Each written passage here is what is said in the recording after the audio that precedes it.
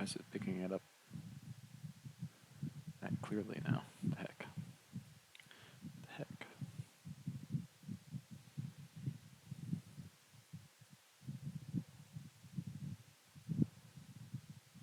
Hello, hello. Test, test. Test, test, test. Why am I not hearing that? Test, test, test. Live test.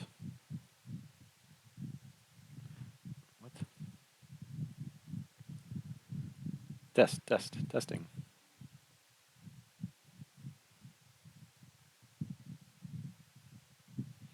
Alright. Test. Testing. Test, test. Alright, that's a lot better.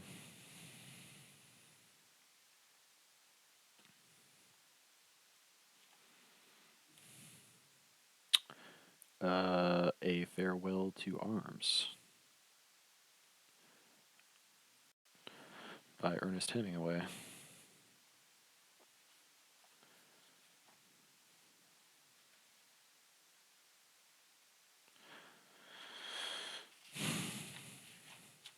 Written in 1929.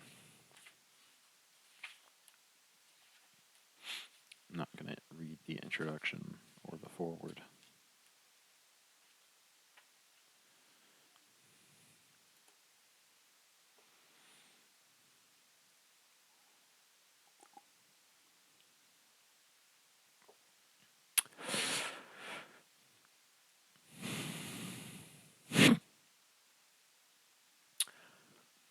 Chapter 1. In the late summer of that year, we lived in a house in a village that looked across the river and the plain to the mountains. In the bed of the river, there were pebbles and boulders, dry and white in the sun, and the water was clear and swiftly moving and blue in the channels. Troops went by the house and down the road, and the dust they raised powdered the leaves of the trees. The trunks of the trees, too, were dusty, and the leaves fell early that year, and we saw the troops marching along the road, and the dust rising in the leaves, stirred by the breeze, falling, and the soldiers marching, and afterward the road bare and white, except for the leaves. The plain was rich with crops.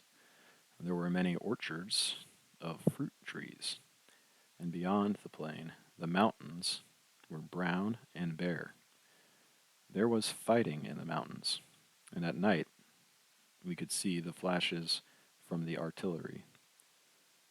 In the dark it was like summer lightning, but the nights were cool, and there was not the feeling of a storm coming.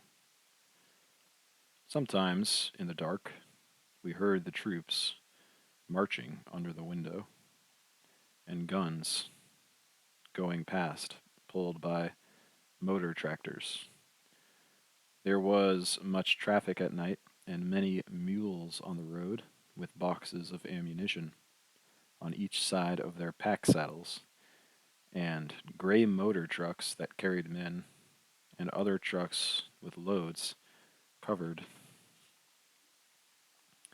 with canvas that moved slower in the traffic.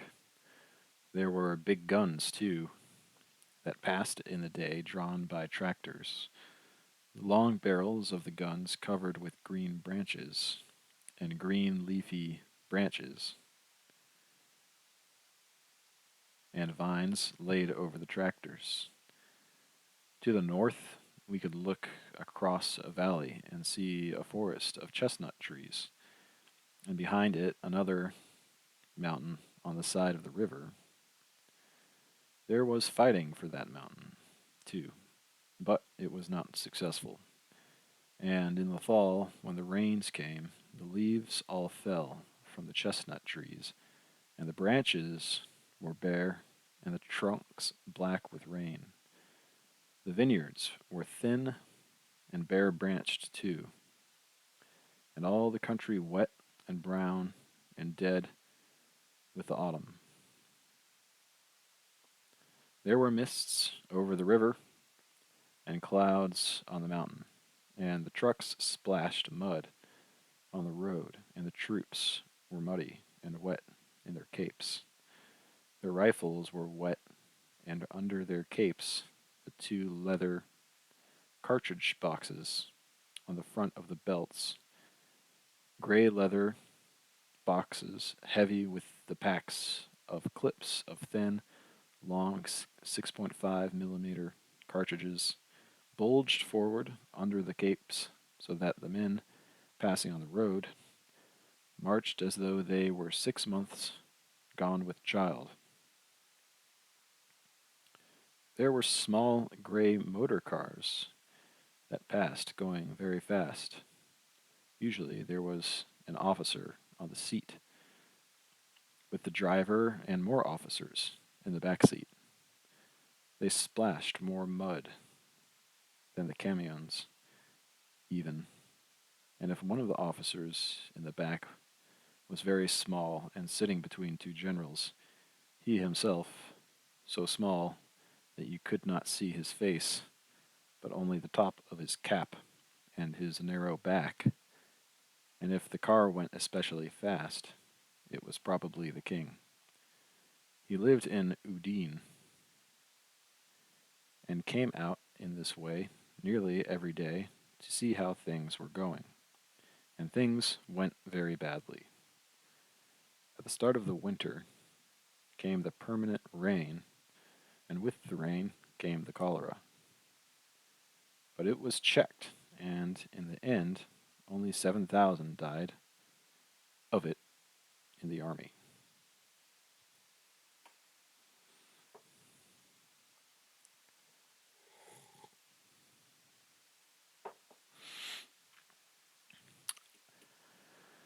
Chapter 2. Next year, there were many victories. Mountains the mountain that was beyond the valley and the hillside, where the chestnut forest grew, was captured, and there were victories beyond the plain on the plateau to the south. And we crossed the river in August and lived in a house in Gorizia that had a fountain and many thick, shady trees in a walled garden and a wistaria vine, purple on the side of the house. Now the fighting was in the next mountains, beyond, and was not a mile away. The town was very nice, and our house was very fine.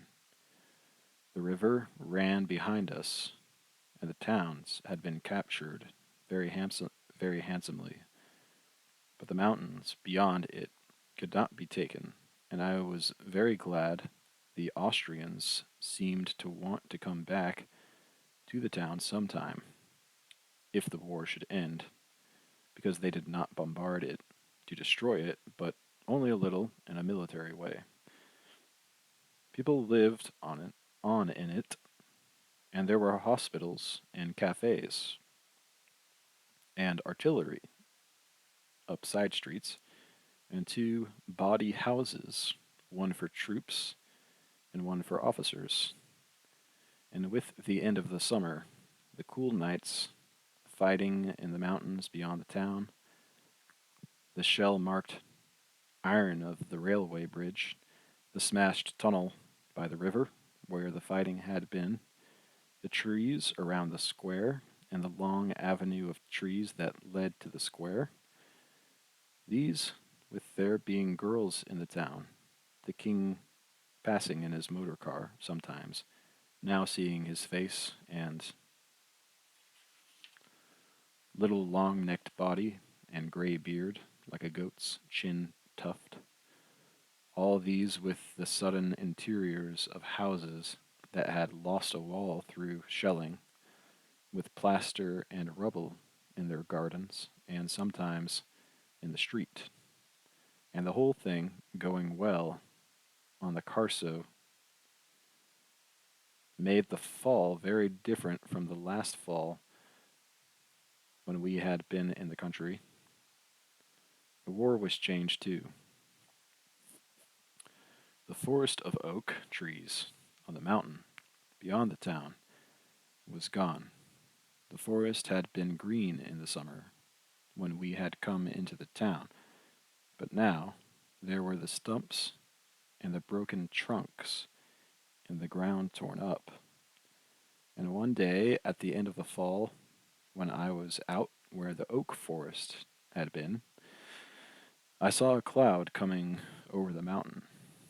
It came very fast, and the sun went a dull yellow, and then everything was gray, and the sky was covered, and the cloud came on down the mountain, and suddenly we were in it, and it was snow. The snow slanted across the wind. The bare ground was covered. The stumps of trees projected. There was snow on the guns, and there were paths in the snow going back to the latrines behind trenches. Later, below in the town, I watched the snow falling, looking out of the window of the body house, the house for officers, where I sat with a friend in two glasses, drinking a bottle of Asti, and looking out at the snow falling slowly and heavily. We knew it was all over for that year. Up the river, the mountains had not been taken. None of the mountains beyond the river had been taken. That was all left for next year. My friend saw the priest from our mess going by in the street, walking carefully in the slush, and pounded on the window to attract his attention. The priest looked up. He saw us and smiled. My friend motioned for him to come in. The priest shook his head and went on. That night in the mess, after the spaghetti course, which everyone ate very quickly and seriously, lifting the spaghetti on the fork until the loosed strands hung clear, then lowering it into the mouth, or else using a continuous lift and sucking into the mouth, helping ourselves to wine from the grass-covered gallon flask. It swung in a metal cradle, and you pulled the neck of the flask down with the forefinger, and the wine, clear red, tannic and lovely, poured out into the glass held with the same hand. After this course, the captain commenced picking on the priest. The priest was young and blushed easily, and wore a uniform like the rest of us, but with a cross in dark red velvet above the left breast pocket of his gray tunic. The captain spoke pidgin Italian for my doubtful benefit, in order that I might understand perfectly that nothing should be lost. Priest today, with girls, the captain said, looking at the priest and at me. The priest smiled and blushed and shook his head. This captain baited him often. Not true? Asked the captain. Today I see priest with girls. No, said the priest. The other officers were amused at the baiting. Priest not with girls, went on the captain. Priest never with girls, he explained to me. He took my glass and filled it, looking at my eyes all the time, but not losing sight of the priest. Priests, every night, 5 against 1. Everyone at the table laughed. You understand? Priests every night, 5 against 1. He made a gesture and laughed loudly. The priest accepted it as a joke. The Pope wants the Austrians to win the war, the major said. He loves Franz Joseph. That's where the money comes from. I am an atheist. Did you ever read The Black Pig? Asked the lieutenant. I will get you a copy. It was that which shook my faith. It is a filthy and vile book, said the priest. You do not really like it. It is a very valuable, said the lieutenant. It is very valuable, said the lieutenant. It tells you about those priests. You will like it, he said to me. I smiled at the priest, and he smiled back across the candlelight. Don't you read it, he said. I will get it for you, said the lieutenant. All thinking men are atheists, the major said. I do not believe in the Freemasons, however. I believe in the Freemasons, the lieutenant said. It is a noble organization. Someone came in, and as the door opened, I could see the snow falling. There will be no more offensive now that the snow has come, I said. Certainly not, said the major. You should go on leave. You should go on leave. You should go to Rome, Naples, Sicily. You should not visit Almaty, said the lieutenant.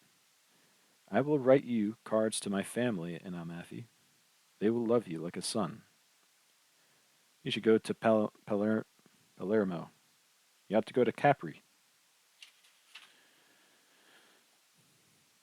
I would like you to see Arbuzzi and visit my family in Capricotta, said the priest. Listen to him talk about Abruzzi. There's more snow there than here. He doesn't want to see peasants. Let him go to centers of culture and civilization. He should have fine girls. I will give you the addresses of places in Naples. Beautiful young girls, accompanied by their mothers. Ha ha ha. The captain spread his hand open, the thumb up and fingers outspread, as when you make shadow pictures. There was a shadow from his hand on the wall. He spoke again in pidgin Italian. You go away like this, he pointed to the thumbs, and come back like this. He touched the little fingers. Everyone laughed. Look, said the captain. He spread the hand again. Again the candle light made its shadows on the wall. He started with the upright thumb and named in their order the thumb and 4 fingers. Sottotente, the thumb. Tenente, first finger. Capitano, next finger.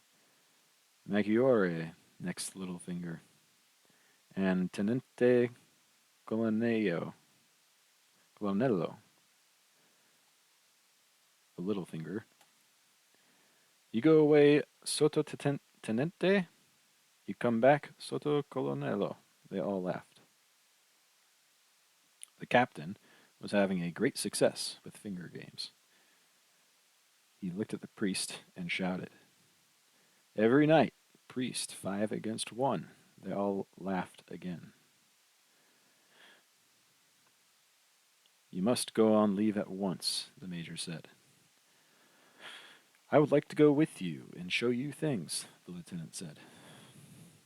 When you come back, bring a phonograph.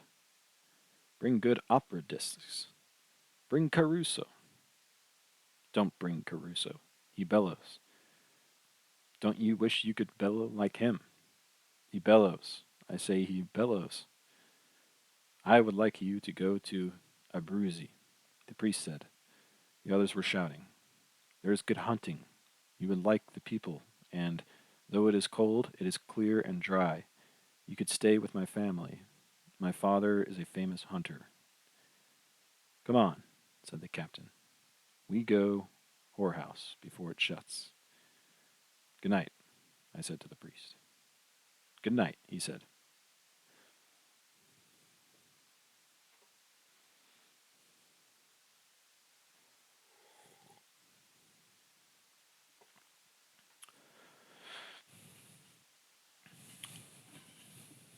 Chapter 3.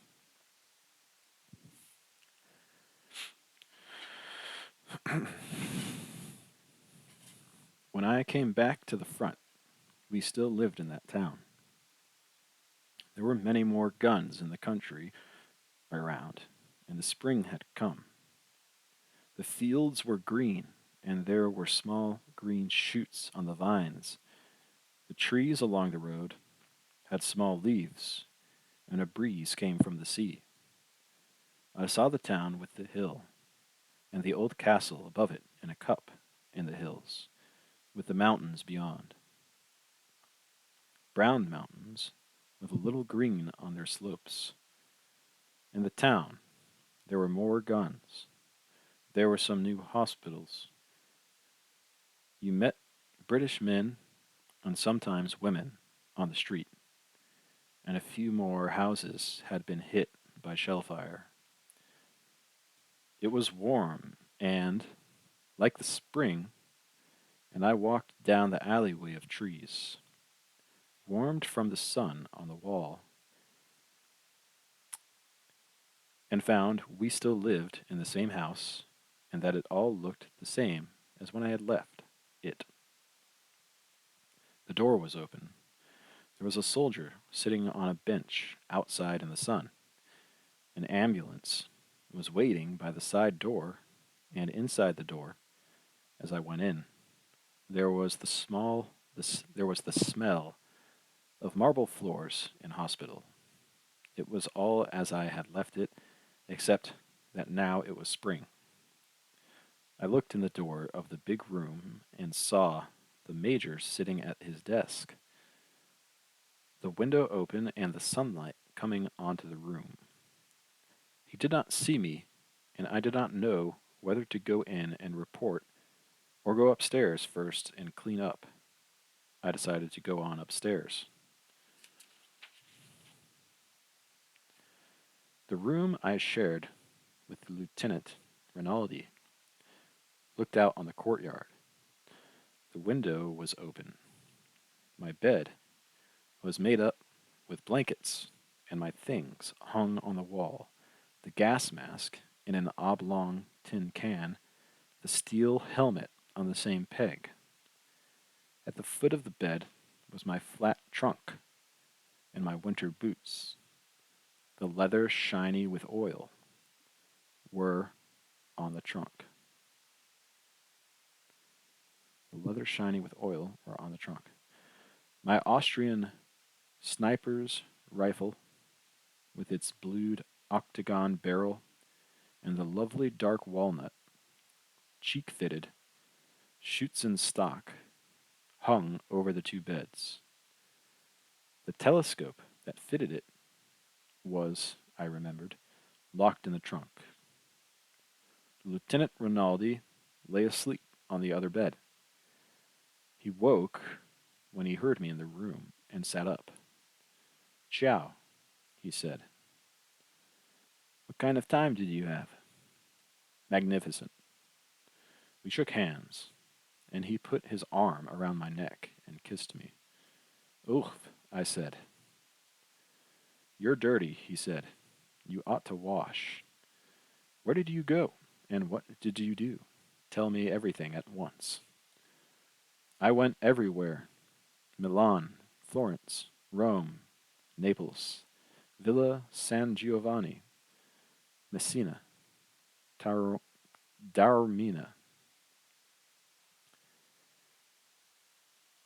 You talk like a timetable. Did you have any beautiful adventures? Yes. Where? Milano, Firenze, Roma, Napoli? That's enough. Tell me. Really, what was the best? In Milano. That was because it was first. Where did you meet her? In the cova? Where did you go? How did you feel? Tell me everything at once. Did you stay all night? Yes. That's nothing. Here now we have beautiful girls. New girls. Never been to the front before. Wonderful. You don't believe me? We will go now this afternoon and see. In the town we have beautiful English girls. I am now in love with Miss Barclay. I will take you to call. I will probably marry Miss Barclay. I have to get washed and report. Doesn't anybody work now? Since you are gone, we have nothing but frostbites, chilblains, jaundice, gonorrhea, self-inflicted wounds, ammonia, and hard and soft chancers, cankers. Every week, someone gets wounded by rock fragments. There are a few real wounded. Next week, the war starts again. Perhaps it starts again. They say so. Do you think I would do right to marry Miss Barclay? After the war, of course. Absolutely, I said, and poured the basin full of water. Tonight you will tell me everything, said Rinaldi. Now I must go back to sleep, to be fresh and beautiful for Miss Barclay. I took off my tunic and shirt and washed in the cold water in the basin.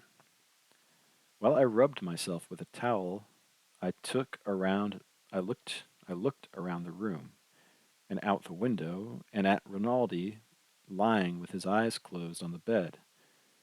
He was good looking, was my age, and he came from Amalfi. He loved being a surgeon, and we were great friends. While I was looking at him, he opened his eyes. Have you any money? Yes. Loan me 50 lire. I dried my hands and took out my pocketbook from the inside of my tunic, hanging on the wall. Rinaldi took the note, folded it without raising from the bed, and slid it in his breeches pocket. He smiled. I must make on Miss Barclay the impression of a man of sufficient wealth. You are my great and good friend and financial protector. Go to hell, I said.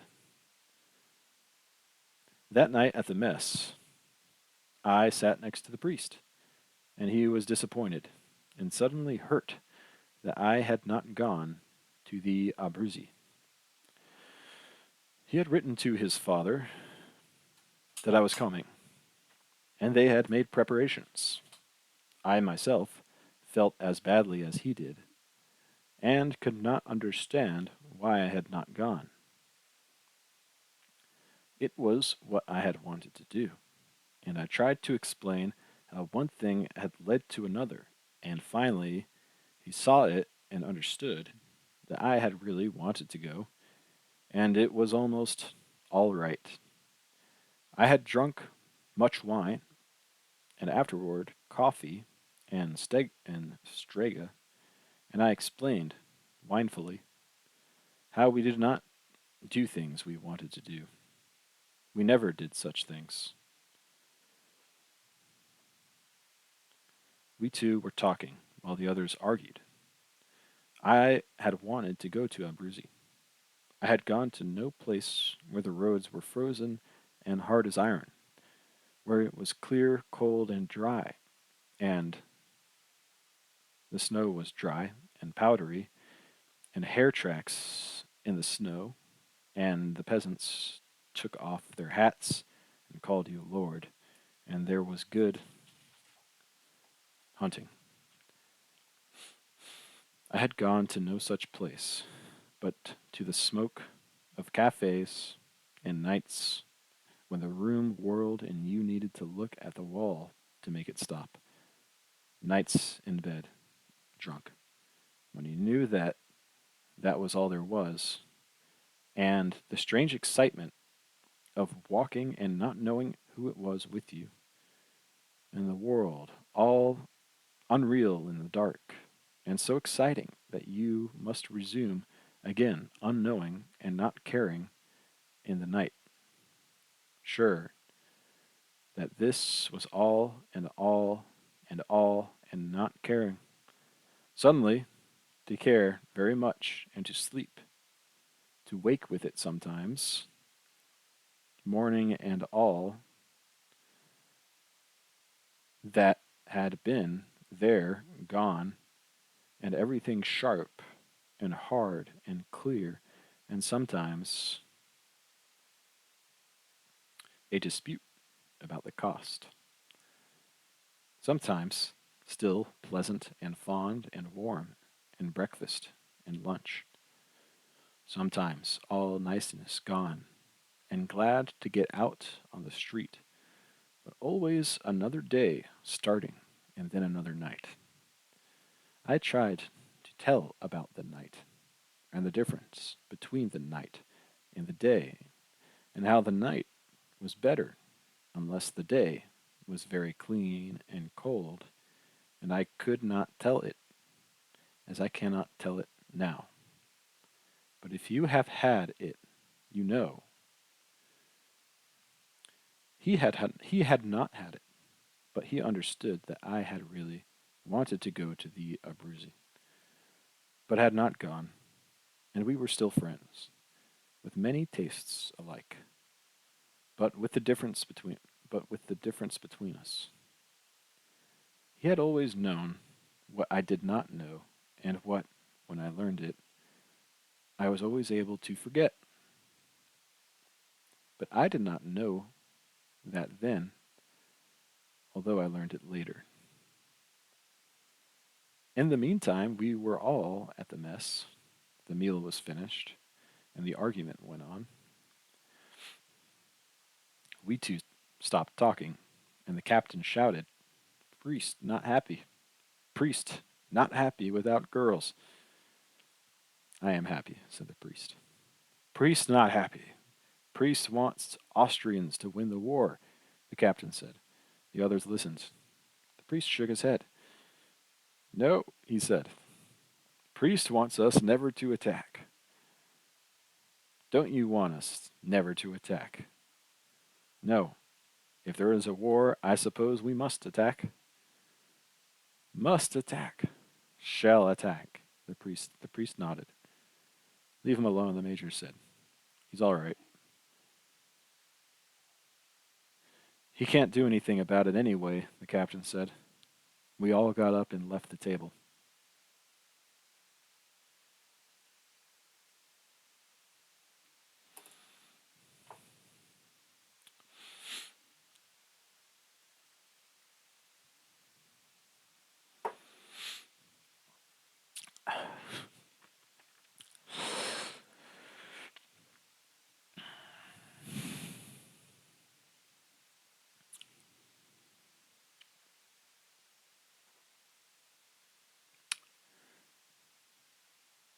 Hey, Dad.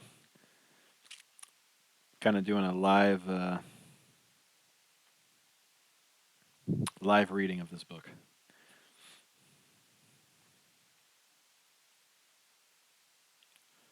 Also drinking some scotch.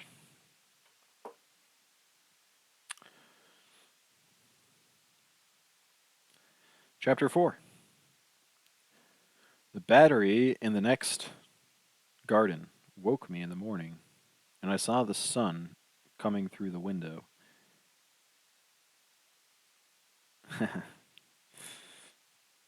It's good. It's smooth.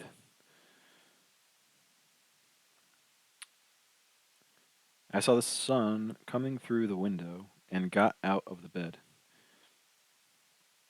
I went to the window and looked out. The gravel paths were moist, and the grass was wet with dew. The battery fired twice, and the air came each time like a blow and shook the window and made the front of my pajamas flap. I could not see the guns, but they were evidently firing directly over us. It was a nuisance to have them there, but it was a comfort that they were no bigger. As I looked over at the garden, I heard a motor truck starting on the road. I dressed, went downstairs, had some coffee in the kitchen, and went out to the garage. 10 cars were lined up side by side under the long shed. They were top heavy, blunt nosed ambulances, painted gray and built like moving vans. The mechanics were working on one out in the yard. 3 others were up in the mountains at dressing stations. Do they ever shell that battery? I asked one of the mechanics. No, Signor Tenente. It is protected by the little hill. How's everything? Not so bad. This machine is no good, but the others march. He stopped working and smiled. Were you on permission? Yes.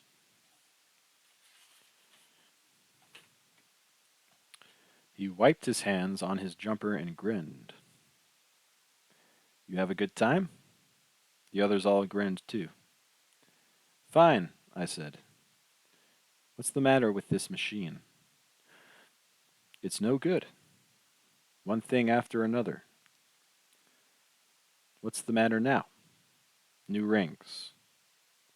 I left them working, the car looking disgraced and empty, with the engine open and parts spread on the workbench, and went in under the shed and looked at each of the cars. They were moderately clean, a few freshly washed, the others dusty.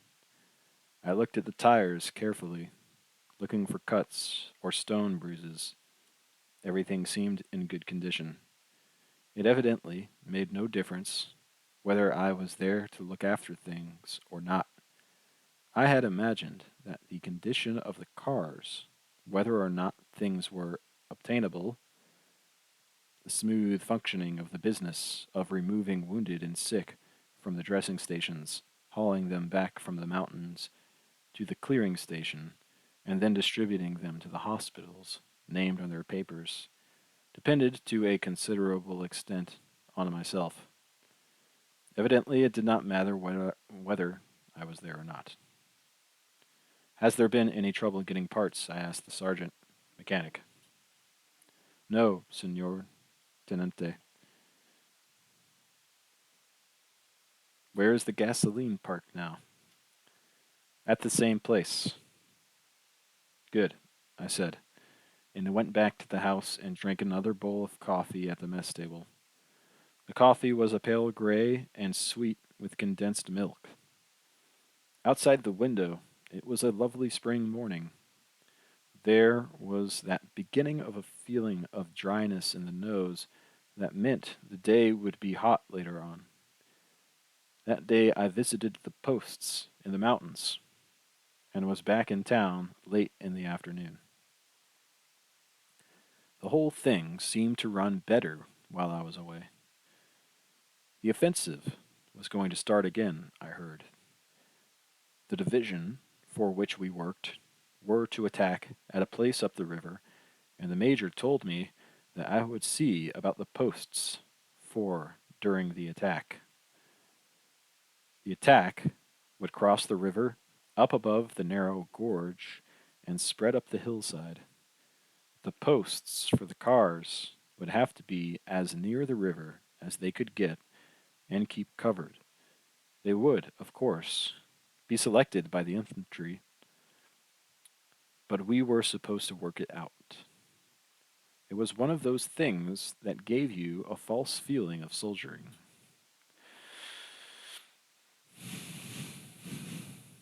I was very dusty and dirty and went up to my room to wash. Rinaldi was sitting on the bed with a copy of Hugo's English Grammar. He was dressed, wore his black boots, and his hair shone. "Splendid," he said when he saw me. "You will come with me to see Miss Barkley." "No." "Yes. You will please come and make a good impression on her. And make me a good impression on her."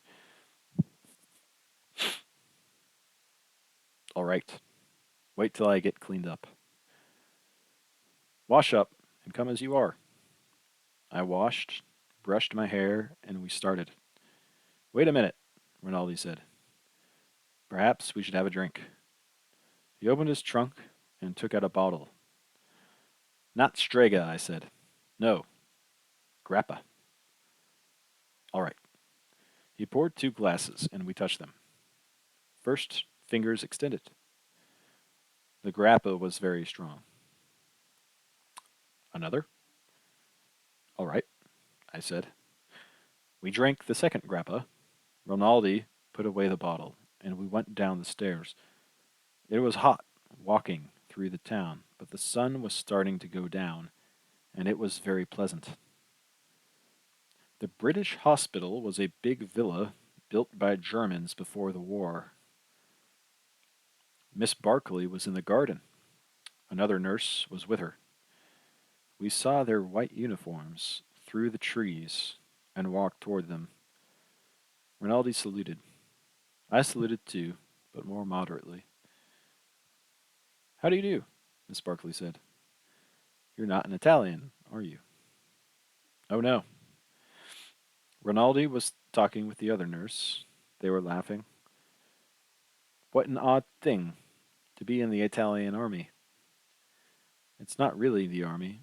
It's only the ambulance." "It's very odd, though. Why did you do it?"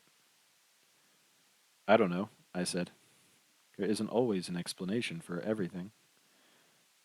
"Oh, isn't there? I was brought up to think there was."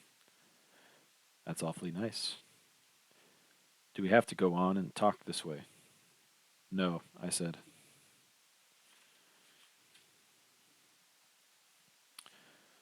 "That's a relief, isn't it?" "What is the stick?" I asked. Miss Barkley was quite tall. She wore what seemed to me to be a nurse's uniform, was blonde, and had a tawny skin and gray eyes. I thought she was very beautiful.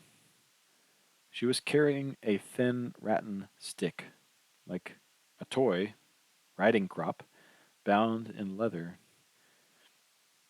It belonged to a boy who was killed last year. I'm awfully sorry. He was a very nice boy. He was going to marry me, and he was killed in the Somme. The Somme. It was a ghastly show. Were you there? No. "I've heard about it," she said. "There's not really any war of that sort down here. They sent me the little stick. His mother sent it to me. They returned it with his things." "Had you been engaged long?" "8 years. We grew up together." "And why didn't you marry?" "I don't know," she said. "I was a fool not to. I could have given him that anyway. I could have given him that anyway. But I thought it would be bad for him." "I see. Have you ever loved anyone?" "No," I said. We sat down on a bench, and I looked at her. "You have beautiful hair," I said.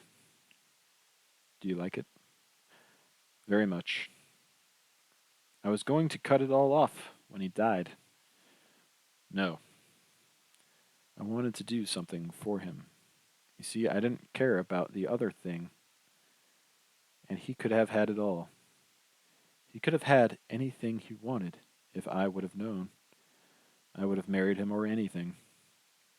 I know all about it now, but then he wanted to go to war and I didn't know. I did not say anything. I didn't know about anything then. I thought it would be worse for him. I thought, perhaps, he couldn't stand it, And then, of course, he was killed, and that was the end of it.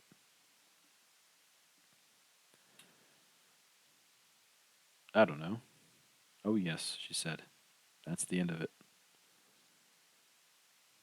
We looked at Rinaldi, talking with the other nurse. What is her name? Ferguson. Helen Ferguson. Your friend is a doctor, isn't he? Yes, he's very good. That's splendid. You rarely find anyone any good this close to the front. This is close to the front, isn't it? Quite. It's a silly front, she said, but it's very beautiful. Are they going to have an offensive? Yes.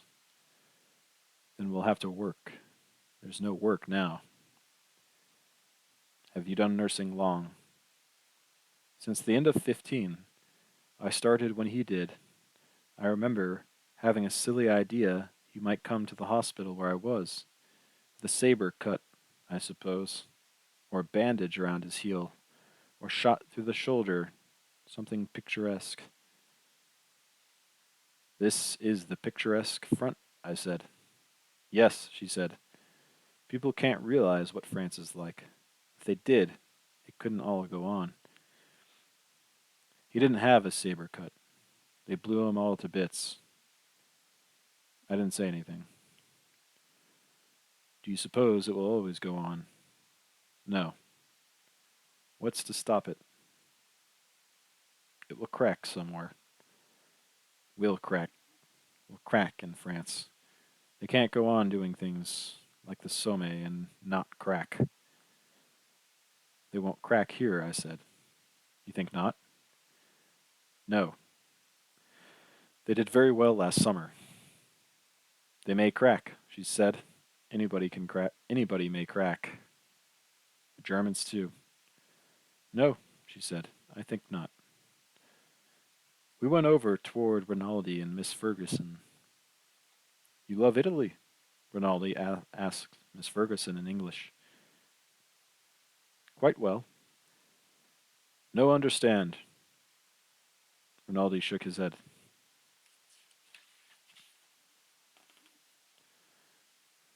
Abbastanza bene, I translated. He shook his head. That is not good. You love England? Not too well. I'm Scotch, you see. Rinaldi looked at me blankly.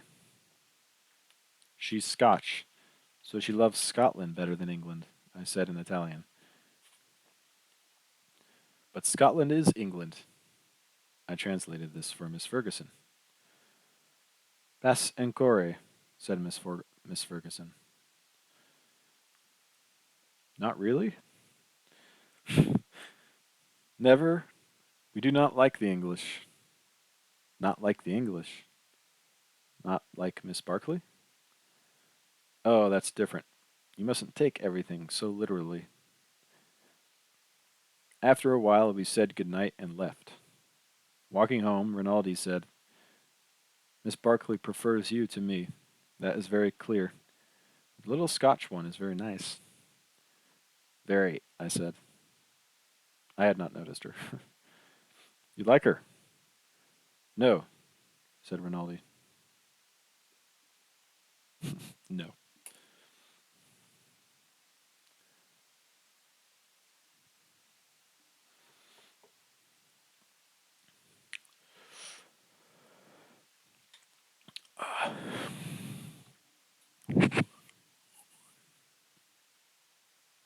Chapter 5. The next afternoon, I went to call on Miss Barkley again. She was not in the garden, and I went to the side door of the villa, where the ambulances drove up. Inside, I saw the head nurse, who said Miss Barkley was on duty. There's a war on, you know. I said I knew. You're the American in the Italian army, she asked. Yes, ma'am. How did you happen to do that? Why didn't you join up with us? I don't know, I said. Could I join now? I'm afraid not now. Tell me, why did you join up with the Italians? I was in Italy, I said, and I spoke Italian. Oh, she said, I'm learning it. It's beautiful language. Somebody said you should be able to learn it in 2 weeks. Oh, I'll not learn it in 2 weeks. I've studied it for months now. You may come and see her after 7 o'clock if you wish.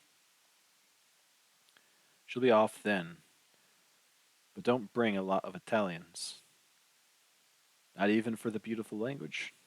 No, nor for the beautiful uniforms. Good evening, I said.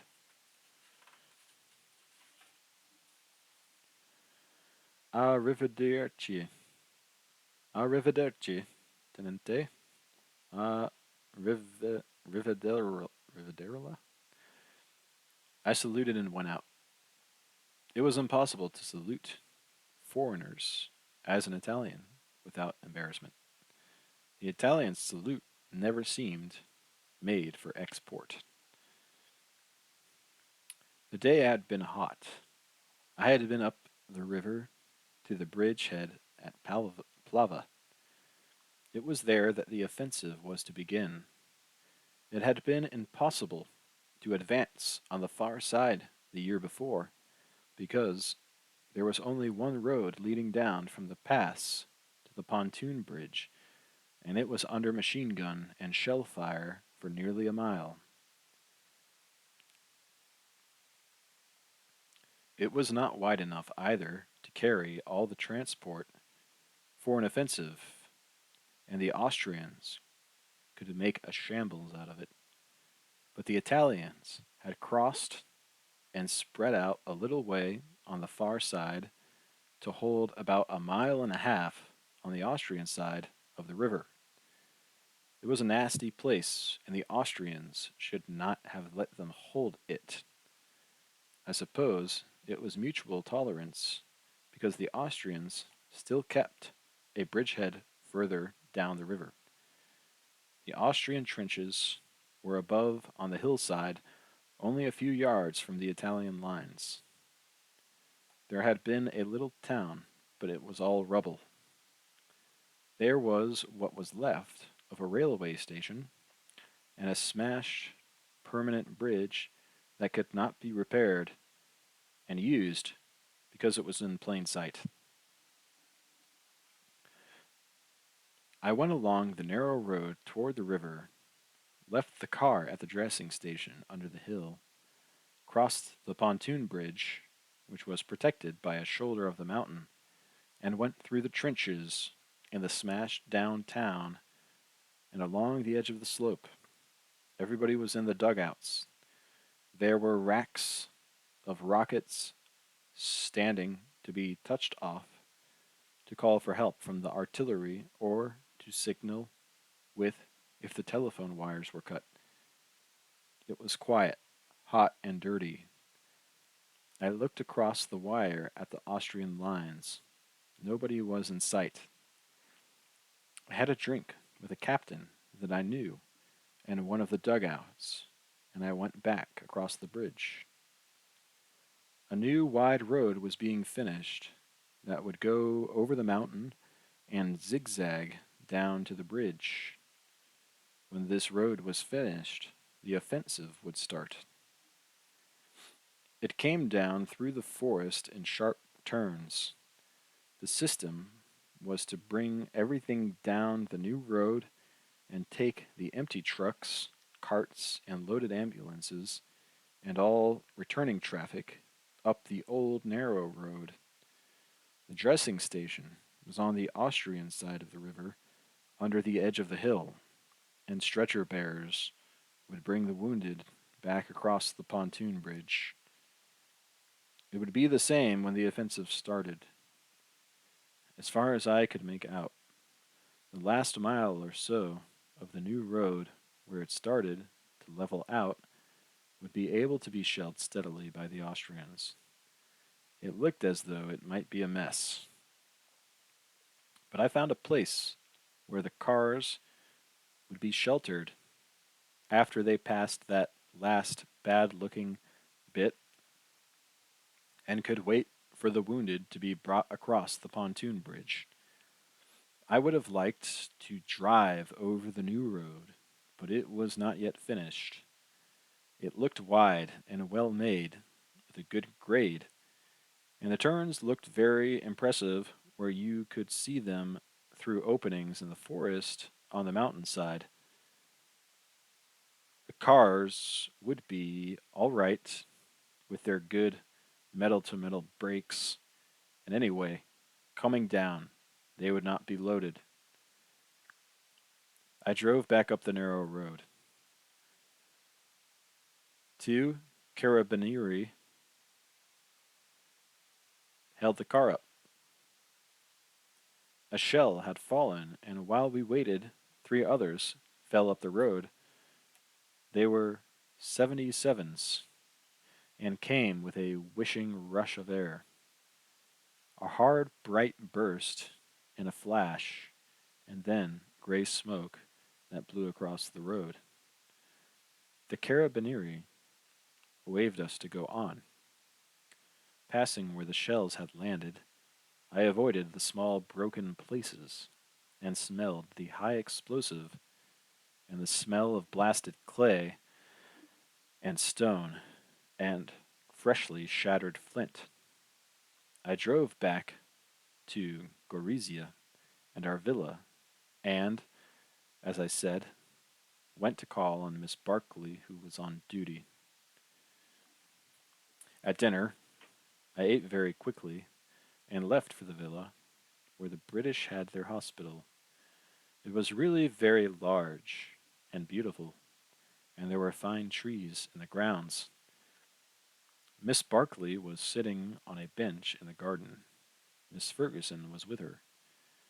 They seemed glad to see me, and in a little while Miss Ferguson excused herself and went away. I'll leave you two, she said. You get along very well without me. Don't go, Helen, Miss Barkley said. I'd really rather. I must write some letters. Good night, I said.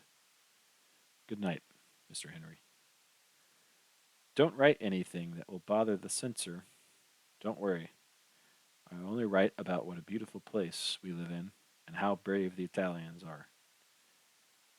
That way you'll be decorated. That will be nice. Good night, Catherine. I'll see you in a little while, Miss Barkley said. Miss Ferguson walked away in the dark.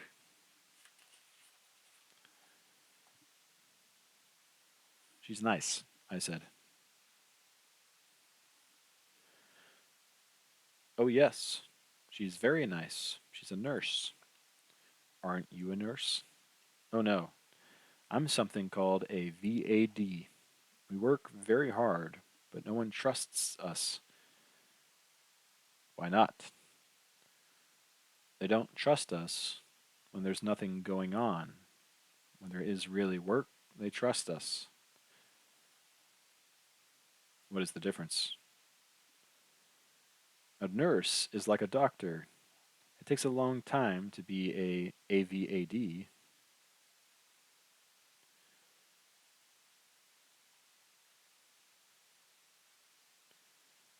A nurse is like a doctor. It takes a long time to be. VAD is a shortcut. I see. The Italians didn't want women so near the front, so we're all on very special behavior. We don't go out.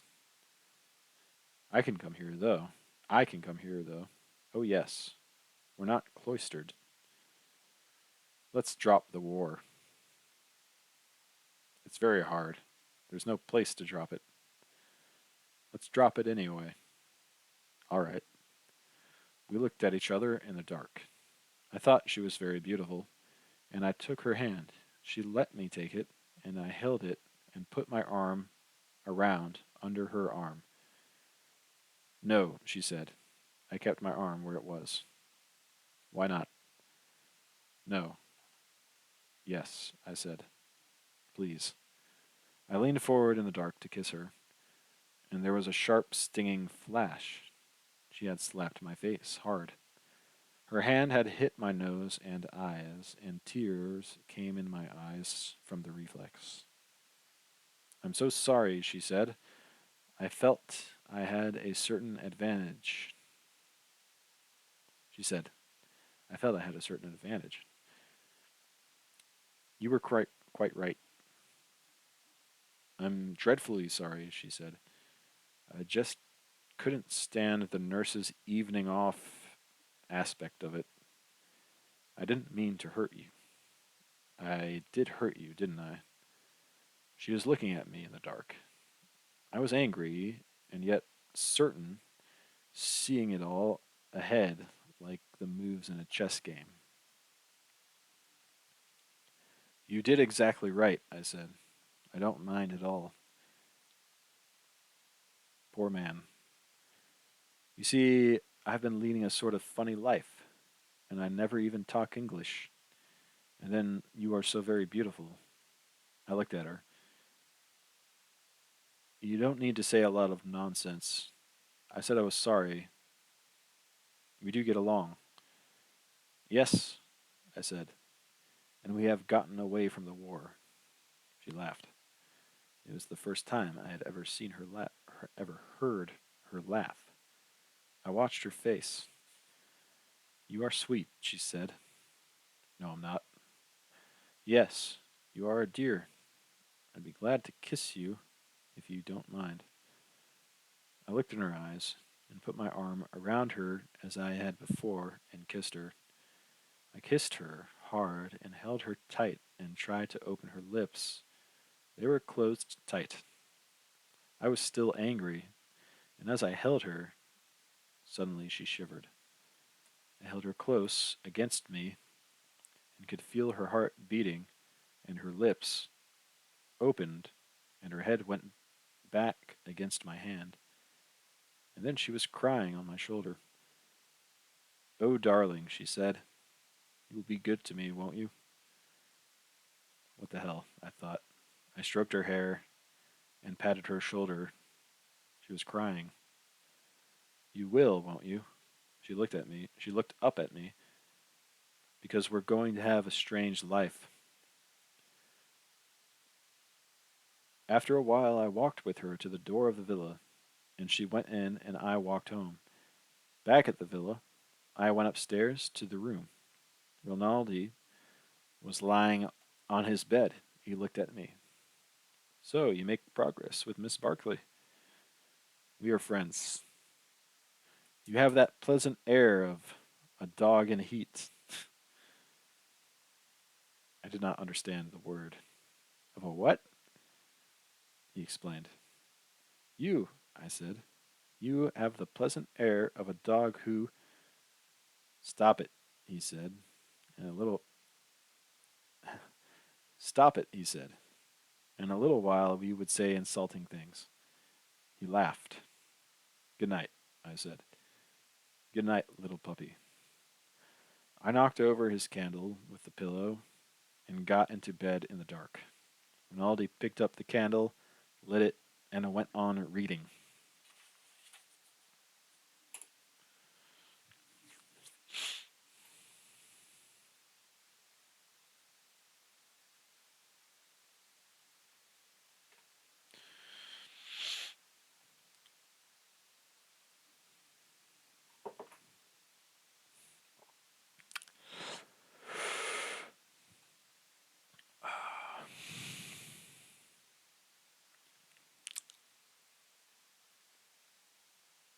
Chapter 6. I was away for 2 days at the posts. When I got home, it was too late, and I did not see Miss Barclay until the next evening. She was not in the garden, and I had to wait in the office of the hospital until she came down. There were many marble busts on painted wooden pillars along the walls of the room they used for an office. The hall, too, that the office opened on, was lined with them. They had the complete marble quality of all looking alike. Sculpture had always seemed a dull business. Still, bronzes looked like something. but marble busts all looked like a cemetery. There was one fine cemetery, though, the one at Pisa. Genoa was the place to see the bad marbles. This had been the villa of a very wealthy German, and the busts must have cost him plenty. I wondered who had done them, and how much he got. I tried to make out whether they were members of the family or what, but they were all uniformly classical. You could not tell anything about them. I sat on a chair and held my cap. We were supposed to wear steel helmets even in Gorizia, but they were uncomfortable and too bloody theatrical in a town where the civilian inhabitants had not been evacuated. I wore one when we went up to the posts and carried an English gas mask. We were just beginning to get some of them. They were a real mask. Also, we were required to wear an automatic pistol. Even doctors and sanitary officers. I felt it against the back of the chair. You were liable to arrest if you did not have one worn in plain sight. Rinaldi carried a holster stuffed with toilet paper. I wore a real one and felt like a gunman until I practiced firing it. It was an Astra 765 caliber with a short barrel, and it jumped so sharply when you let it off that there was no question of hitting anything. I practiced with it, holding below the target and trying to master the jerk of the ridiculous short barrel until I could hit within a yard of where I aimed at 20 paces, and then the ridiculousness of carrying a pistol at all came over me, and I soon forgot it and carried it flopping against the small of my back with no feeling at all except a vague sort of shame when I met English-speaking people. I sat now in a chair, and an orderly of some sort looked at me disapprovingly from behind a desk while I looked at the marble floor, the pillars with the marble busts, and the frescoes on the wall, and waited for Miss Barkley. The frescoes were not bad. Any frescoes were good when they started to peel and flake off. I saw Catherine Barkley coming down the hall, and stood up. She did not seem tall walking toward me, but she looked very lovely. "Good evening, Mr. Henry," she said. "How do you do?" I said. The orderly was listening behind the desk. "Shall we sit here or go out in the garden?" "Let's go out. It's much cooler." I walked behind her out into the garden, the orderly looking after us. When we were out on the gravel drive, she said, "Where have you been?"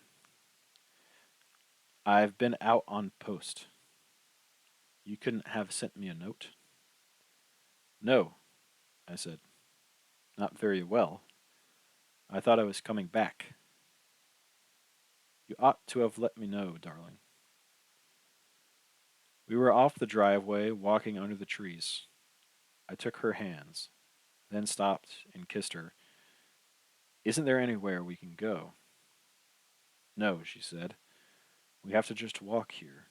You've been away a long time." "This is the third day, but I'm back now." She looked at me. "And you do love me?" "Yes."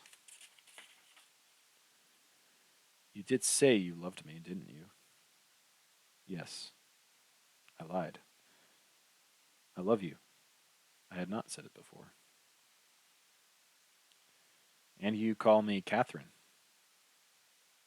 "Catherine." We walked on away and were stopped under a tree.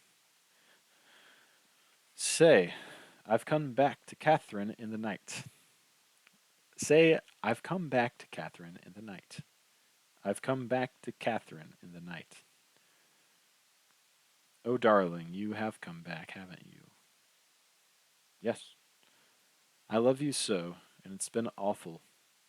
You won't go away? No, I'll always come back. Oh, I love you so. Please put your hand there again. It's not been easy. I turned her so I could see her face when I kissed her, and I saw that her eyes were shut. I kissed both of her shut eyes. I thought she was probably a little crazy. It was all right if she was. I did not care what I was getting into. This was better than going every evening to the house for officers where the girls climbed all over you and put your cap on backwards as a sign of affection between their trips upstairs with brother officers. I knew I did not love Catherine Barkley, nor had any idea of loving her. This was a game, like bridge, in which you said things instead of playing cards. Like bridge, you had to pretend you were playing for money or playing for some stakes. Nobody had mentioned what the stakes were. It was all right with me. I wish there was some place we could go, I said. I was experiencing the masculine difficulty of making love very long, standing up.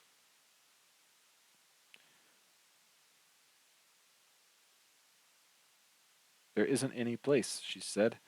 She came back from wherever she had been. We might sit there just for a little while. We sat on the flat stone bench, and I held Catherine Barclay's hand. She would not let me put my arm around her. Are you very tired? She asked me. This is a rotten game we play, isn't it? What game? Don't be dull. I'm not, on purpose. You're a nice boy, she said, and you play it as well as you know how, but it's a rotten game. You always know what people think. Not always, but I do with you. You don't have to pretend you love me. That's over for the evening. Is there anything you'd like to talk about? But I do love you. Please, let's not lie when we don't have to. I had a very fine little show, and I'm all right now. You see, I'm not mad, and I'm not gone off. It's only a little sometimes. I pressed her hand. Dear Catherine. Sounds very funny now. Catherine. You don't pronounce it very much alike. But you're very nice. You're a very good boy. That's what the priest said. Yes, you're a very good. You're very good. And you will always come and see me. Of course. And you don't have to say you love me. That's all over for a while. She stood up and put out her hand. Good night. I wanted to kiss her. No, she said. I'm awfully tired. Kiss me, though, I said. I'm awfully tired, darling. Kiss me. Do you want it very much? Yes. We kissed, and she broke away suddenly. No. Good night. Please, darling. We walked to the door, and I saw her go in and down the hall. I liked to watch her move. She went on down the hall. I went on home. It was hot. It was a hot night, and there was a good deal going on up in the mountains. I watched the flashes on San Gabriele. I stopped in front of the Villa Rosa. The shutters were up, but it was still going on inside. Somebody was singing. I went on home. Rinaldi came in while I was undressing. Aha, he said. It does not go so well. Baby is puzzled. Where have you been? At the Villa Rosa. It was very edifying, baby. We all sang. Where have you been? calling on the British. Thank God I'd not become involved with the British.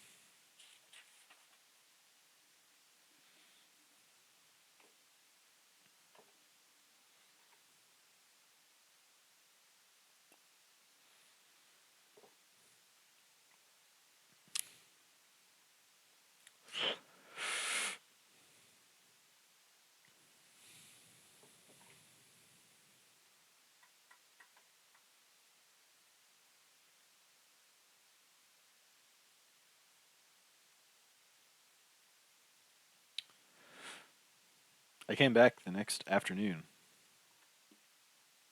from our first mountain post and stopped the car at the Cimistamento, where the wounded and sick were sorted by their papers, and the papers marked for the different hospitals.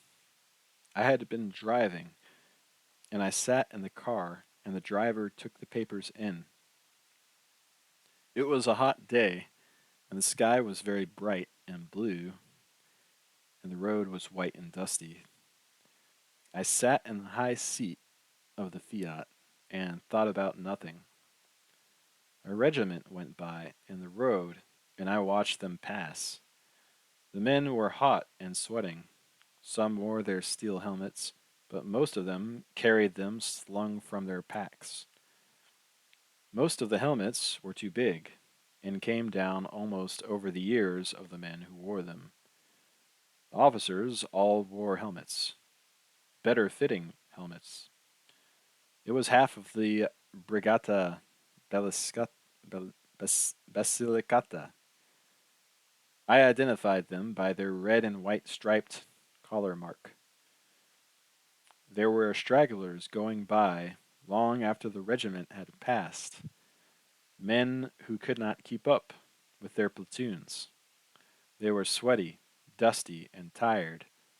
Some looked pretty bad. A soldier came along after the last of the stragglers. He was walking with a limp. He stopped and sat down beside the road. I got down and went over. "What's the matter?" He looked at me, then stood up. "I'm going on." "What's the trouble?" "The war." "What's wrong with your leg?" "It's not my leg. I got a rupture." "Why don't you ride with the transport?" I asked. "Why don't you go to the hospital?" "They won't let me," the lieutenant said. "I slipped the truss on purpose." "Let me feel it." "It's way out." "Which side is it on?" "Here." I felt it. "Cough," I said. "I'm afraid it will make it bigger." "It's twice as big as it was this morning." "Sit down," I said.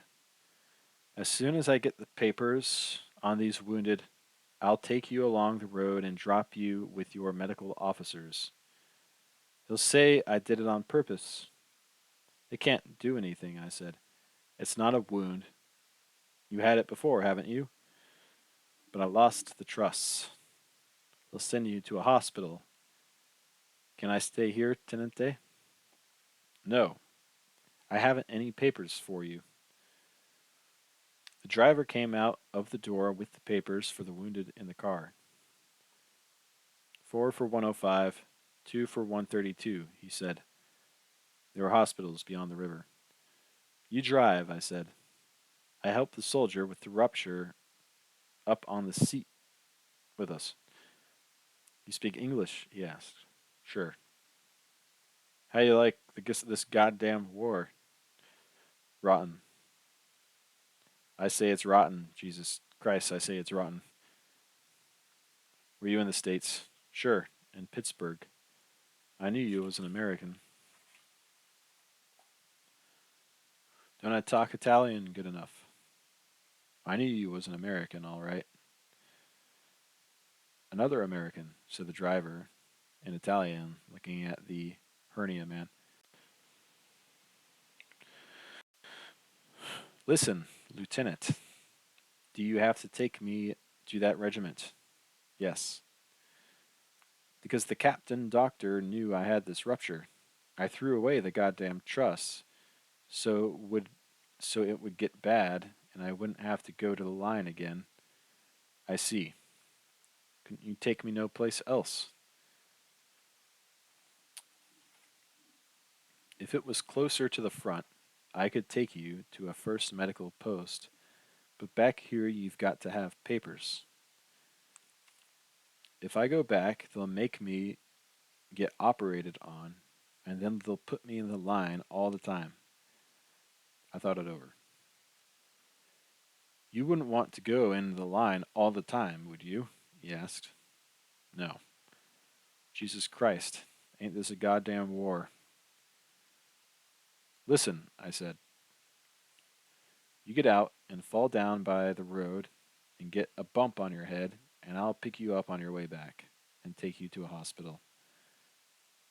We'll stop by the road here, Aldo. We stopped at the side of the road. I helped him down. I'll be right here, Lieutenant, he said. So long, I said.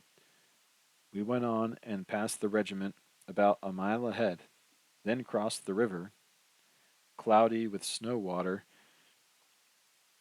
and running fast through the spiles of the bridge, to ride along the road across the plain and deliver the wounded at the two hospitals. I drove coming back and went fast with the empty car to find the man from Pittsburgh. First, we passed the regiment, hotter and slower than ever, then the stragglers. Then we saw a horse ambulance stopped by the road. Two men were lifting the hernia man to put him in. They had come back for him. He shook his head at me. His helmet was off, and his forehead was bleeding below the hairline. His nose was skinned, and there was dust on the bloody patch and dust in his hair. Look at the bump, Lieutenant, he shouted. Nothing to do. They come back for me. When I got back to the villa, it was 5 o'clock, and I went out where we washed the cars to take a shower. Then I made out my report in my room, sitting in my trousers and an undershirt in front of the open window. In 2 days, the offensive was to start, and I would go with the cars to Plava. It was a long time since I had written to the States, and I knew I should write, but I had let it go so long that it was almost impossible to write now. There was nothing to write about. I sent a couple of Army Zona de Guerra postcards, crossing out everything except I am well. That should handle them. Those postcards would be very fine in America, strange and mysterious. This was a strange and mysterious war zone, but I suppose it was quite well run and grim compared to other wars with the Austrians. The Austrian army was created to give Napoleon victories. Any Napoleon. I wish we had a Napoleon. But instead we had Il Generale Cadorna, fat and prosperous, and Vittorio Emanuele, a tiny man with a long thin neck and the goat beard. Over on the right, they had the Duke of Aosta.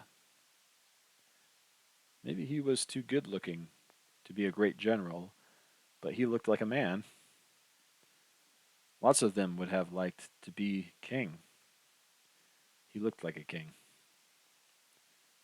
He was the king's uncle and commanded the Third Army. We were in the Second Army. There were some British batteries up with the Third Army.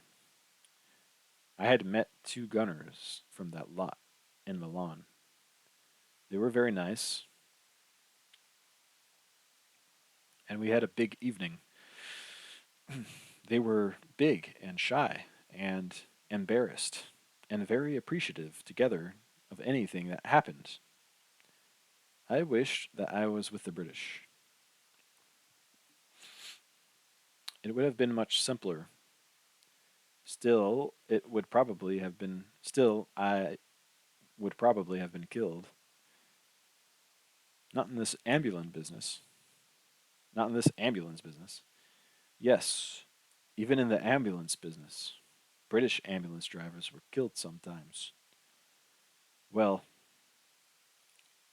I knew I would not be killed. Not in this war. It did not have anything to do with me. It seemed no more dangerous to me myself than war in the movies. I wished to God it was over, though. Maybe it would finish this summer. Maybe the Austrians would crack. They had always cracked in other wars. What was the matter with this war? Everybody said the French were through. Rinaldi said that the French had mutinied and troops marched on Paris. I asked him what happened, and he said, "Oh, they stopped them." I wanted to go to Austria without war. I wanted to go to the Black Forest. I wanted to go to the Harz Mountains. Where were the Harz Mountains anyway? They were fighting in the Carpathians. I did not want to go there anyway. It might be good, though. I could go to Spain if there was no war.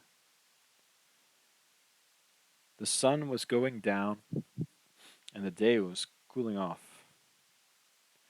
After supper, I would go and see Catherine Barclay. I wish she were here now. I wished I were in Milan with her. I would like to eat at the Cova and then walk down the Via Manzoni in the hot evening and cross over and turn off along the canal and go to the hotel with Catherine Barclay. Maybe we should.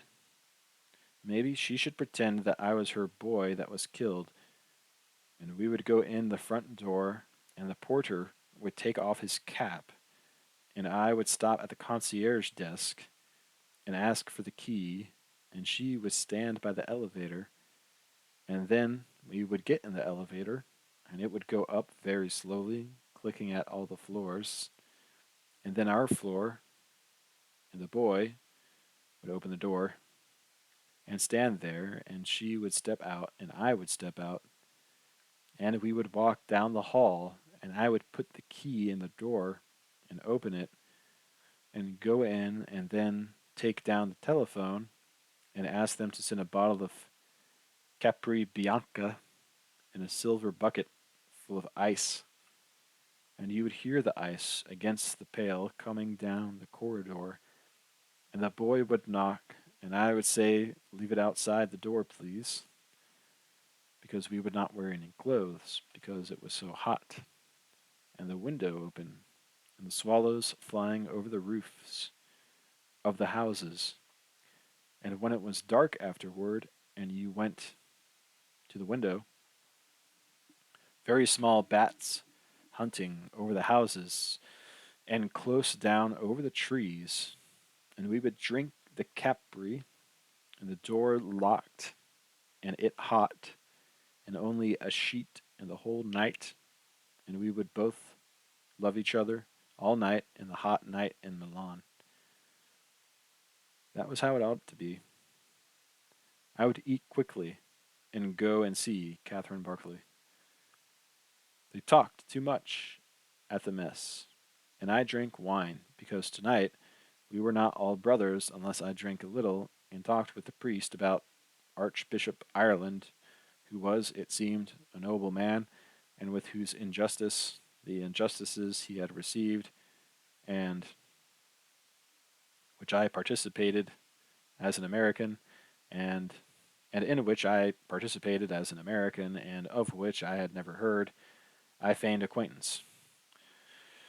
It would have been impolite, not to have known something of them when I had listened to such a splendid explanation of their causes, which were, after all, it seemed, misunderstandings. I thought he had a fine name, and he came from Minnesota, which made a lovely name. Ireland of Minnesota, Ireland of Wisconsin, Ireland of Michigan. What made it pretty was that it sounded like island. No, that wasn't it. There was more to it than that. Yes, father, that is true, father. Perhaps, father. No, father. Well, maybe yes, father. You know more about it than I do, father. The priest was good but dull. The officers were not good but dull. The king was good but dull. The wine was bad but not dull. It took the enamel off your teeth and left it on the roof of your mouth. And the priest was locked up, Roca said, because they found the 3% bonds on his person. It was in France, of course. Here they never would have arrested him. He denied all knowledge of the 5% bonds. This took place at Béziers. I was there and reading of it in the paper. Went to the jail and asked to see the priest. It was quite evident he had stolen the bonds. I don't believe a word of this, Rinaldi said. Just as you like, Roca said. But I am telling it for our priest here. It is very informative. He is a priest. You will appreciate it. The priest smiled. Go on, he said. I am listening. Of course, some of the bonds were not accounted for, but the priest had all of the 3% bonds and several local obligations. I forget exactly what they were, so I went to the jail. Now, this is the point of the story. And I stood outside his cell, and I said, as though I were going to confession, Bless me, Father, for you have sinned. There was great laughter from everybody. And what did he say? Asked the priest. Roca ignored this and went on to explain the joke to me. You see the point, don't you? It seemed it was very funny. It was a very funny joke if you understood it properly. They poured me more wine, and I told the story about the English private soldier who was placed under the shower bath.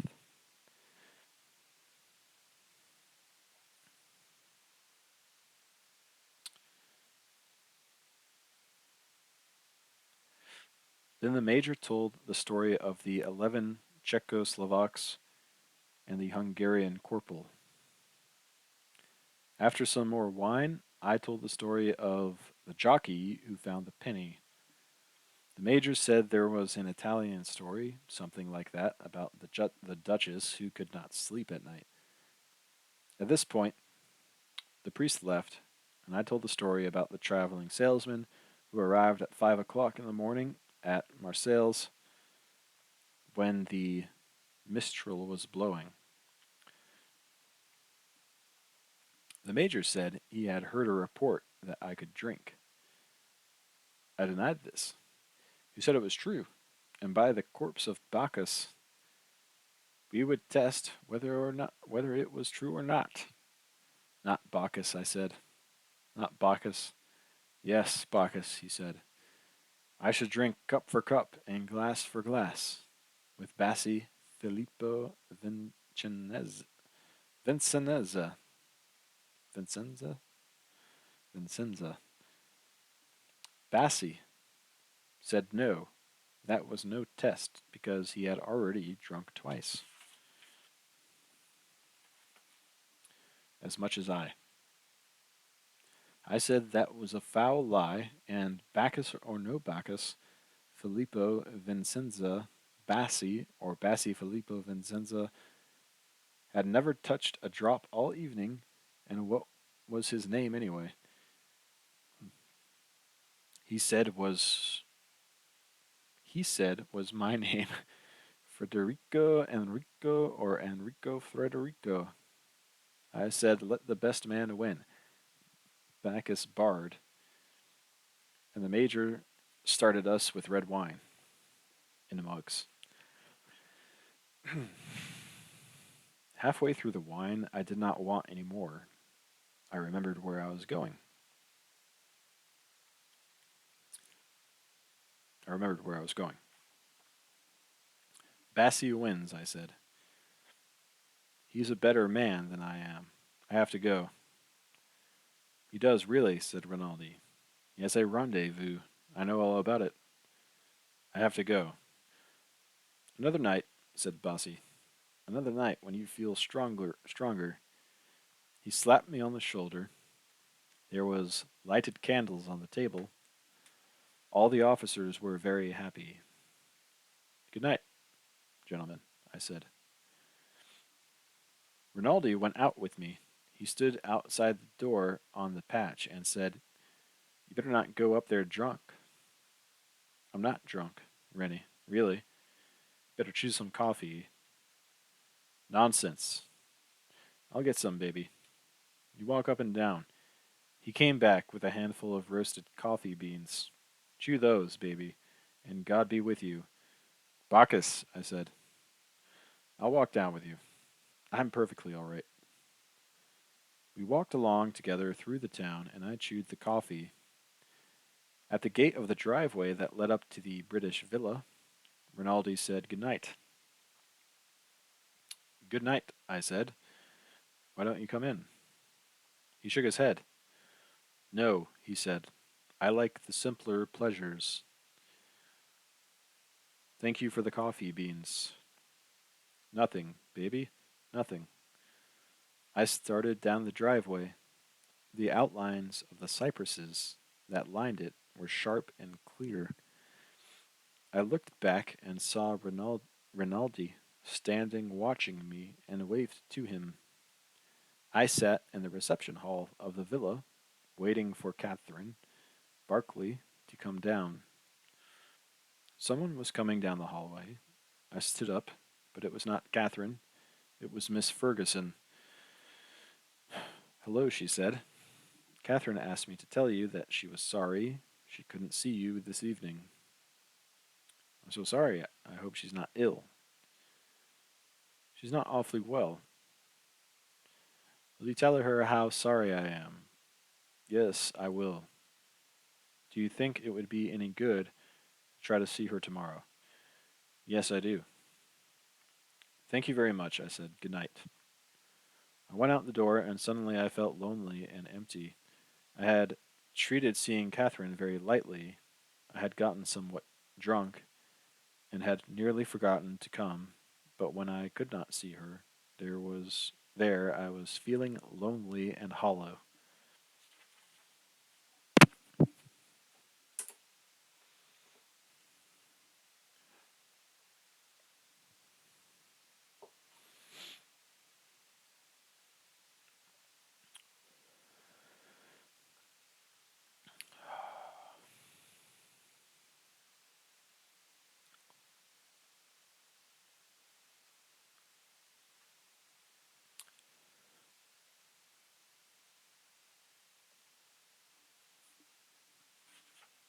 Chapter 8.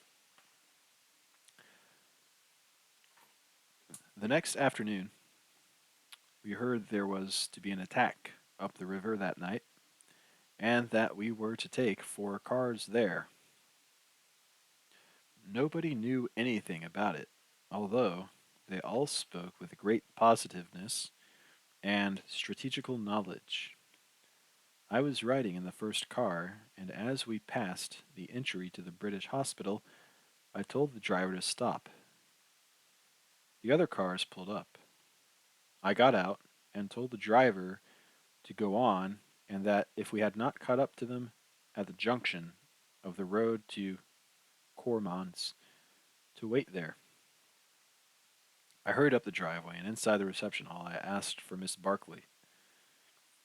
She's on duty. Could I see her just for a moment? They sent an orderly to see, and she came back with him. I stopped to ask if you were better. They told me you were on duty, so I asked to see you. I'm quite well, she said. I think the heat knocked me over yesterday. I have to go. I'll just step out the door a minute. And you're all right? I asked outside. Yes, darling. Are you coming tonight? No, I'm leaving now for a show up above Plava. A show? I don't think it's anything. And you'll be back. Tomorrow. She was unclasping something from her neck. She put it in my hand. It's a St. Anthony, she said. And come tomorrow night. You're not a Catholic, are you? No. But they say a St. Anthony's very useful. I'll take care of him for you. Goodbye. No, she said. Not goodbye. All right. Be a good boy and be careful. No. You can't kiss me here. You can't. All right. I looked back and saw her standing on the steps. She waved, and I kissed my hand and held it out. She waved again. Then I was out of the driveway and climbing up into the seat of the ambulance, and we started. The St. Anthony was in a little white metal capsule. I opened the capsule and spilled him out into my hand. St. Anthony? Asked the driver. Yes. I have one. His right hand left the wheel and opened up a button on his tunic and pulled it out from under his shirt. See? I put my St. Anthony back in the capsule, spilled the thin gold chain together, and put it all in my breast pocket. You don't wear him? No. It's better to wear him. That's what it's for. All right, I said. I undid the clasp of the gold chain and put it around my neck and clasped it. The saint hung down on the outside of my uniform, and I undid the throat of my tunic, unbuttoned the shirt collar, and dropped him in under the shirt. I felt him in his metal box against my chest while we drove. Then I forgot about him. After I was wounded, I never found him. Someone probably got it at one of the dressing stations. We drove fast when we were over the bridge, and soon we saw the dust of the other cars ahead down the road. The road curved, and we saw the three cars looking quite small, the dust rising from the wheels and going off through the trees. We caught them and passed them and turned off on a road that climbed up into the hills.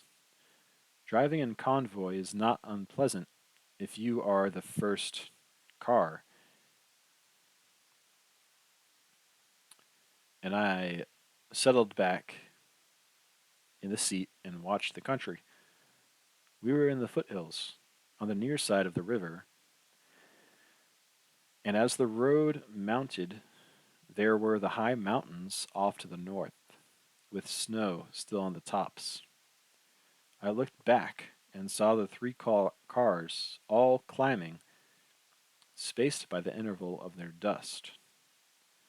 We passed a long column of loaded mules, the drivers walking along beside the mules, wearing red fezzes. They were Bersaglieri.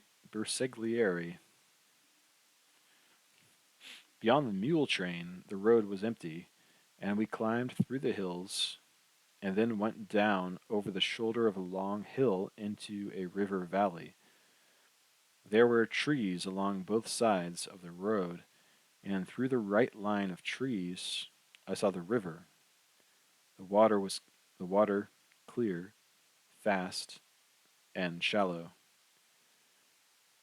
The river was low, and there were stretches of sand and pebbles with a narrow channel of water, and sometimes the water spread like a sheen over the pebbly bed.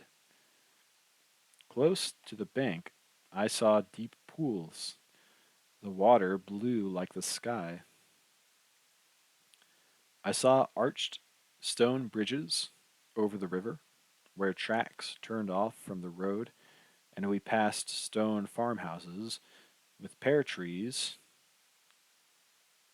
candelabraed against their south walls, and low stone walls in the fields.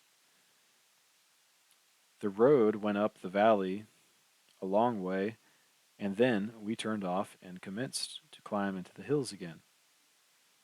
The road climbed steeply, going up and back and forth through chestnut woods to level finally along a ridge. I could look down through the woods and see, far below, with the sun on it, the line of the river that separated the two armies.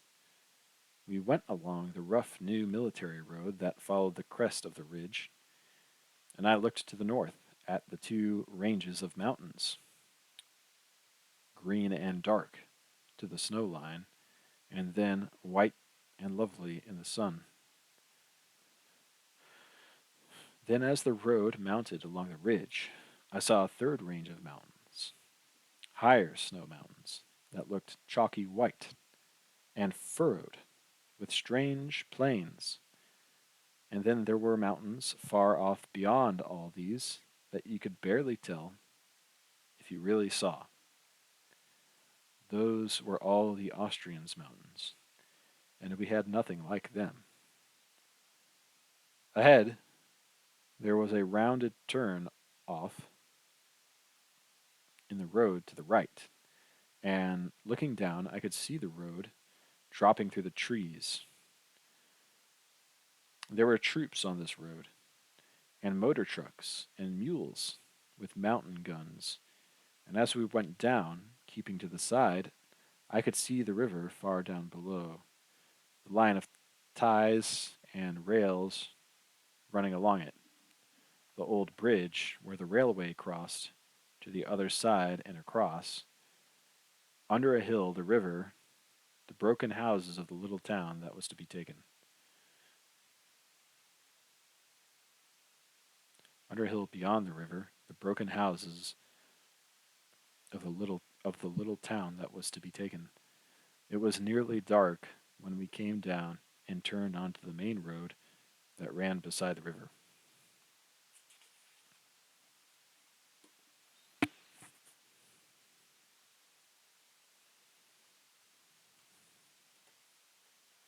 How many pages is this thing?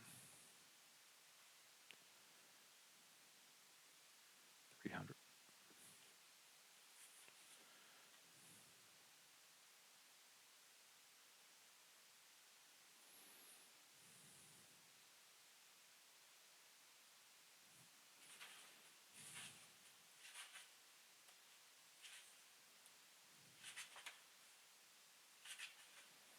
It's a long chapter.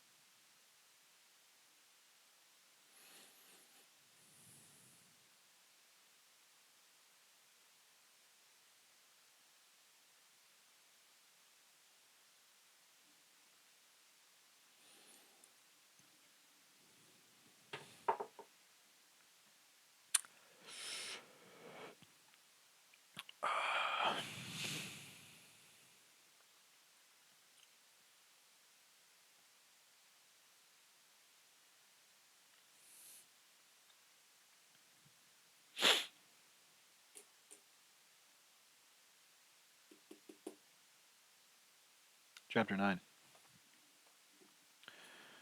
road was crowded, and there were screens of cornstalk and straw matting on both sides, and matting over the top so that it was like the entrance at a circus or a native village.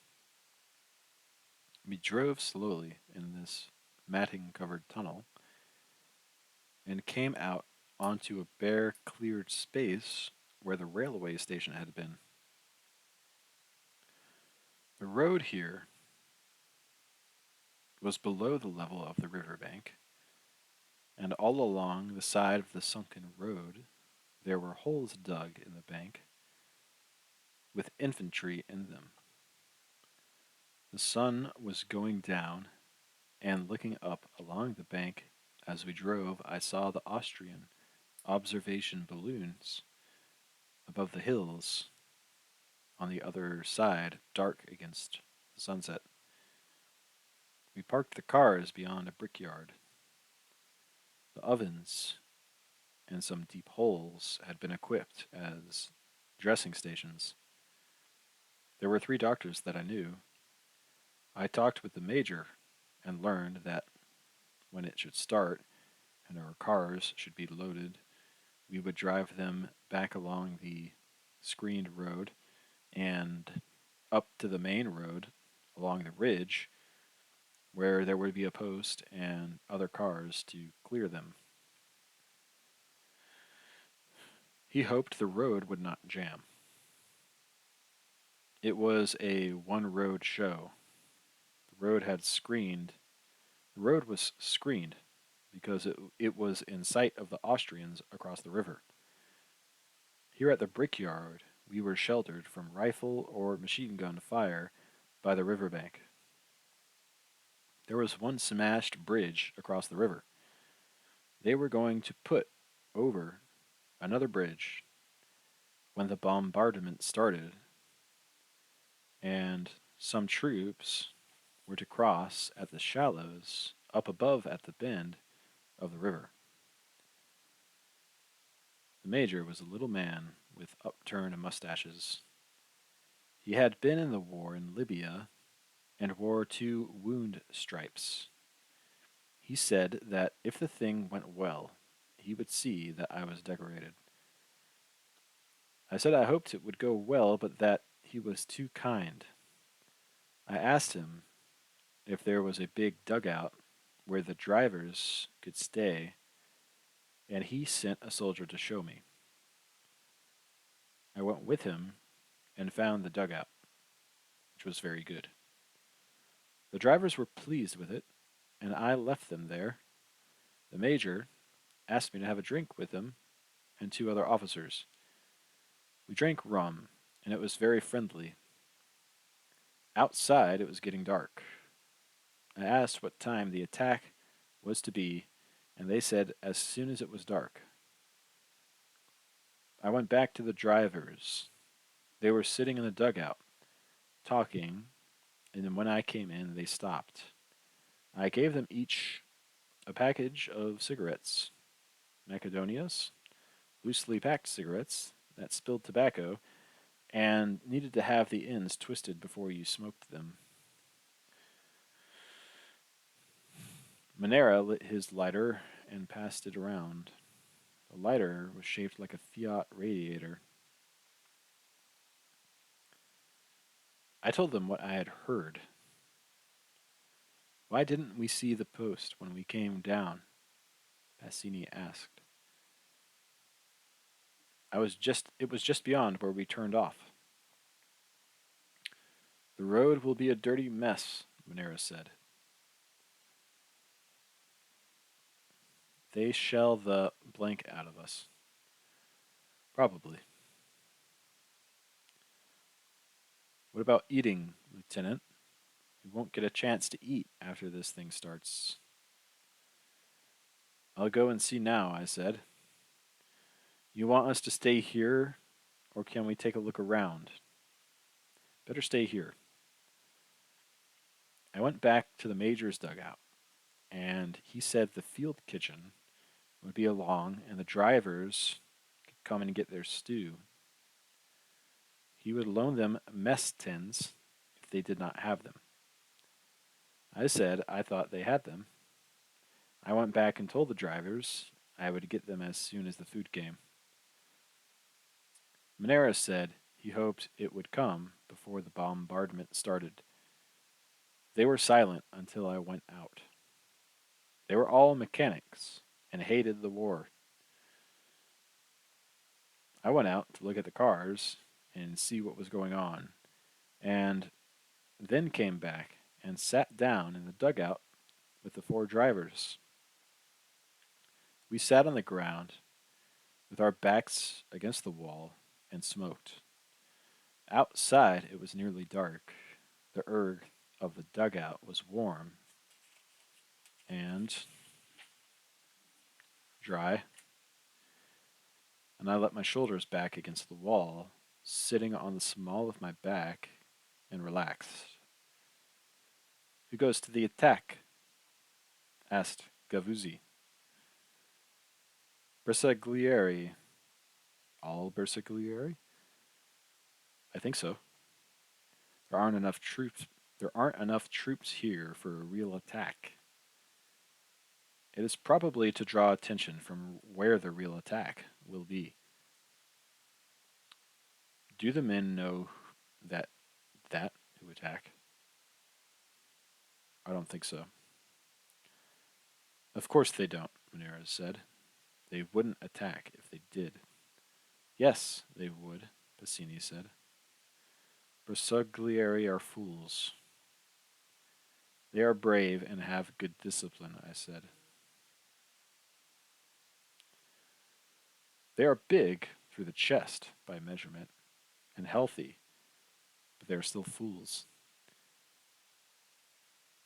The Grenadieri are tall, Maneras said. This is a joke. They all laughed. Were you there, Tenente, when they wouldn't attack and they shot every 10th man? No. It is true. They lined them up afterwards and took every 10th man. Carabinieri shot them. Carabinieri? Said Passini, and spat on the floor. But those grenadiers, all over 6 feet, they wouldn't attack. If everybody would not attack, the war would be over, Maneras said. It wasn't that way with the Grenadieri. They were afraid. The officers all came from such good families. Some of the officers went alone. A sergeant shot 2 officers who would not get out. Some troops went out. Those that went out were not lined up when they took the 10th men.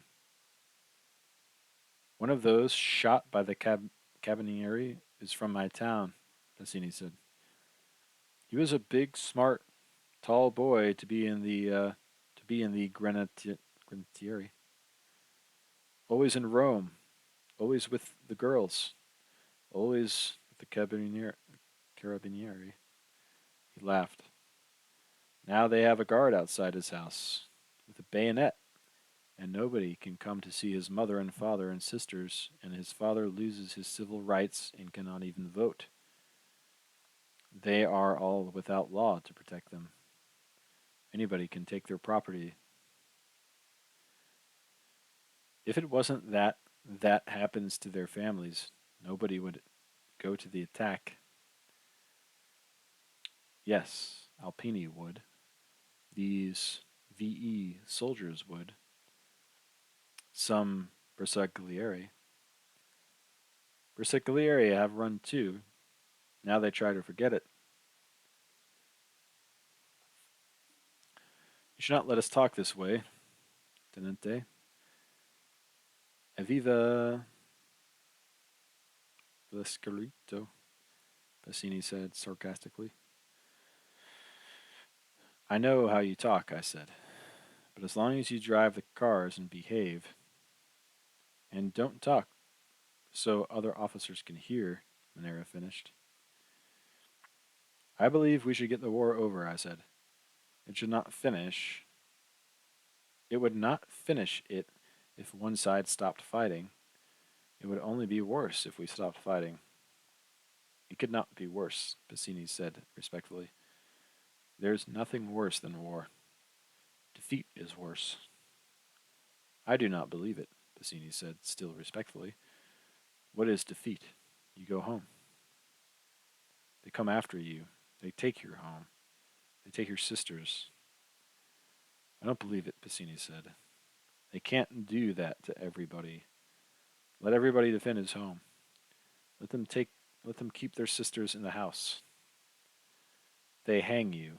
They come and make you be a soldier again, not in the auto ambulance, in the infantry. They can't hang everyone. An outside nation can't make you be a soldier, Monera said. At the first battle, you all run, like the Chekos. I think you do not know anything about being conquered, so you think it is not bad. Tenente, Bassini said, we understand you let us talk. Listen, there is nothing as bad as war. We in the auto ambulance cannot even realize at all how bad it is. When people realize how bad it is, they cannot do anything to stop it because they go crazy.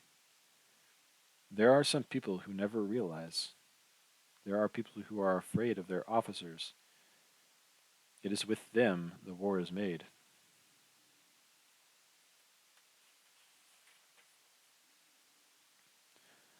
I know it is bad, but we must finish it.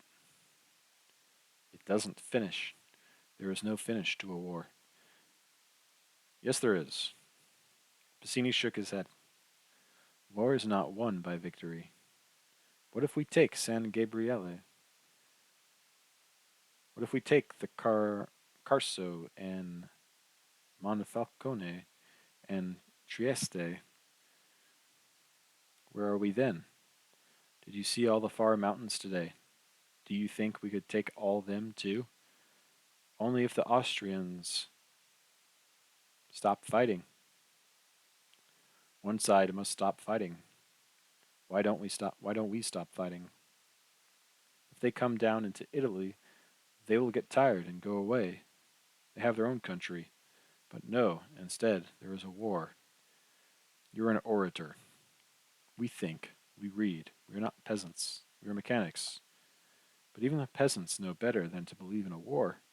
Everybody hates this war. There is a class that controls a country that is stupid and does not realize anything and never can. That is why we have this war. Also, they make money out of it. Most of them don't, said Bassini. They are too stupid. They do it for nothing, for stupidity.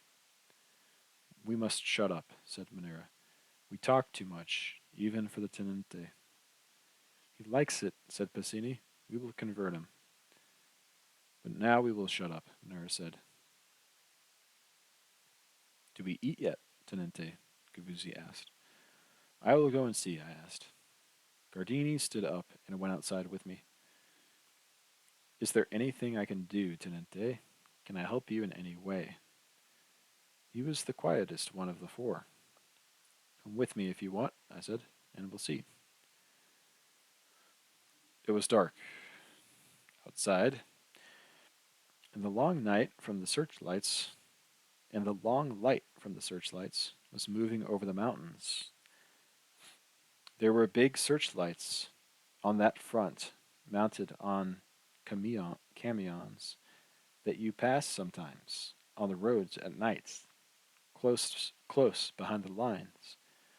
The camion stopped a little off the road, an officer directing the light, and the crews scared.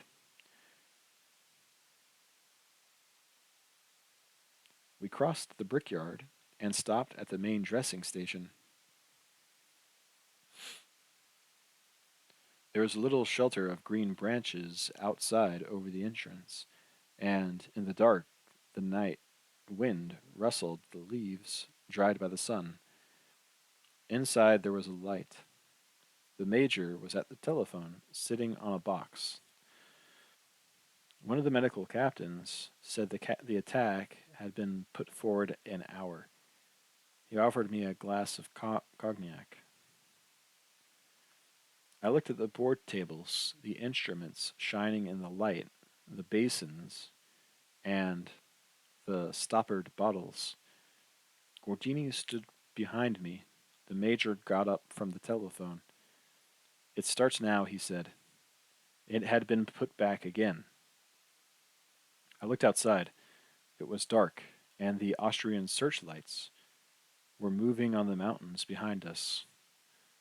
It was quiet for a moment, still. Then, from all the guns behind us, the bombardment started. Savoia, said the major. About the soup, Major, I said. He did not hear me. I repeated it. It hasn't come up. A big shell came in and burst outside in the brickyard.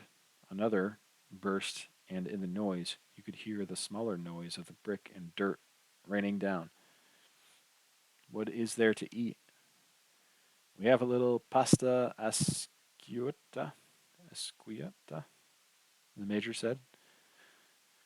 I'll take what you can give me. The major spoke to an orderly who went out of sight at the back and came back with a metal basin of cold cooked macaroni. I handed it to Gordini. Have you any cheese? The major spoke grudgingly to the orderly, who ducked back into the hole again and came out with a quarter of white cheese. Thank you very much, I said. You'd better not go out. Outside, something was set down beside the entrance. One of the two men who had carried it looked in. Bring him in, said the major. What's the matter with you? Do you want us to come outside and get him? What's the matter with you? Do you want us to come outside and get him? The two stretcher bearers picked up the man under the arms and by the legs and brought him in. Slit the tunic, the major said. He held a forceps with some gauze in the end. The two captains took off their coats. Get out of here, the major said to the two stretcher bearers. Come on, I said to Gordini. Better wait until the shelling is over, the major said over his shoulder. They want to eat, I said. As you wish. Outside, we ran across the brickyard. A shell burst short near the river bank. Then there was one that we did not hear coming until the sudden rush. We both went flat, and with the flash and bump of the burst and the smell heard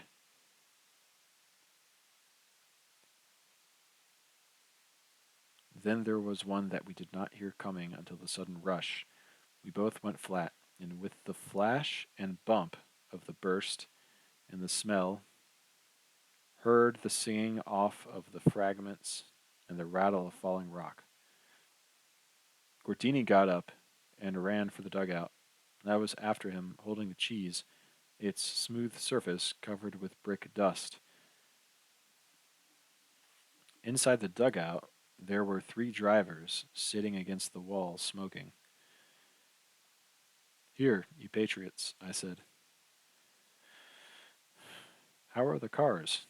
Monera asked. All right. Did they scare you, Tenente? You're damned right, I said. I took out my knife, opened it, wiped off the blade, and pared off the dirty outside surface of the cheese. Gavuzzi handed me the basin of macaroni. Start in to eat, Tenente. No, I said. Put it on the floor. We'll all eat it. We'll all eat. There are no forks. What the hell, I said in English. I cut the cheese into pieces and laid them on the macaroni. Sit down to it, I said. They sat down and waited. I put thumb and fingers into the macaroni and lifted. A mass loosened. Lift it high, Tenente. I lifted it to arm's length, and the strands cleared. I lowered it into the mouth, sucked and snapped in the ends, and chewed, then took a bite of cheese, chewed, and then a drink of wine. It tasted of rusty metal. I handed the canteen back to Passini. It's rotten, he said. It's been in there too long. I had it in the car. They were all eating, holding their chins close over the basin, tipping their heads back, sucking in the ends. I took another mouthful and some cheese and a rinse of wine. Something landed outside that shook the earth. 420 or Menenwerfer, Cavuzzi said. There weren't any 420s in the mountains, I said. They have big Skoda guns. I've seen the holes.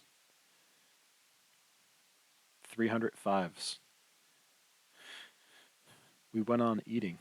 There was a cough, a noise like a railway engine starting, and then an explosion that shook the earth again. This isn't a deep dugout, Passini said. That was a big trench mortar. Yes, sir. I ate the end of my piece of cheese and took a swallow of wine. Through the other noise, I heard a cough. Then came the chut chut chut chut. Then there was a flash, as when a blast furnace door is swung open, and a roar that started white and went red, and on in a rushing wind. I tried to breathe, but my breath would not come, and I felt myself rush bodily out of myself,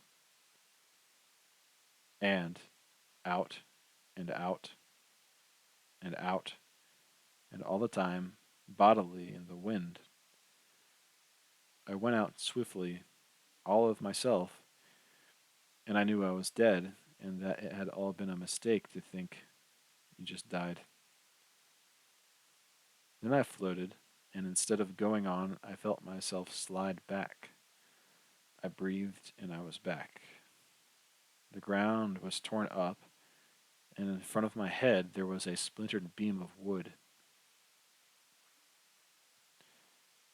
In the jolt of my head, I heard somebody crying. I thought somebody was screaming. I tried to move, but I could not move.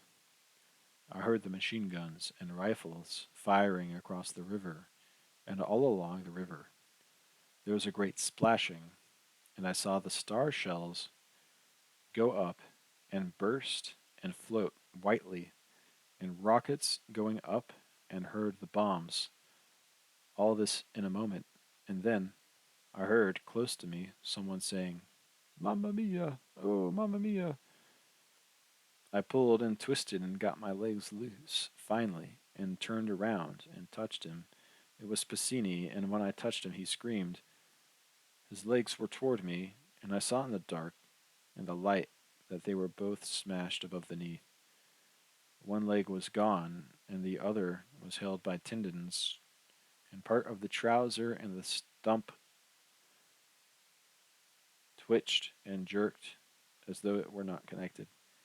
He bit his arm and moaned, "Oh, mamma mia, mamma mia." Then, "Dio te salve Maria, Dio te salve Maria." "Oh, Jesus, shoot me.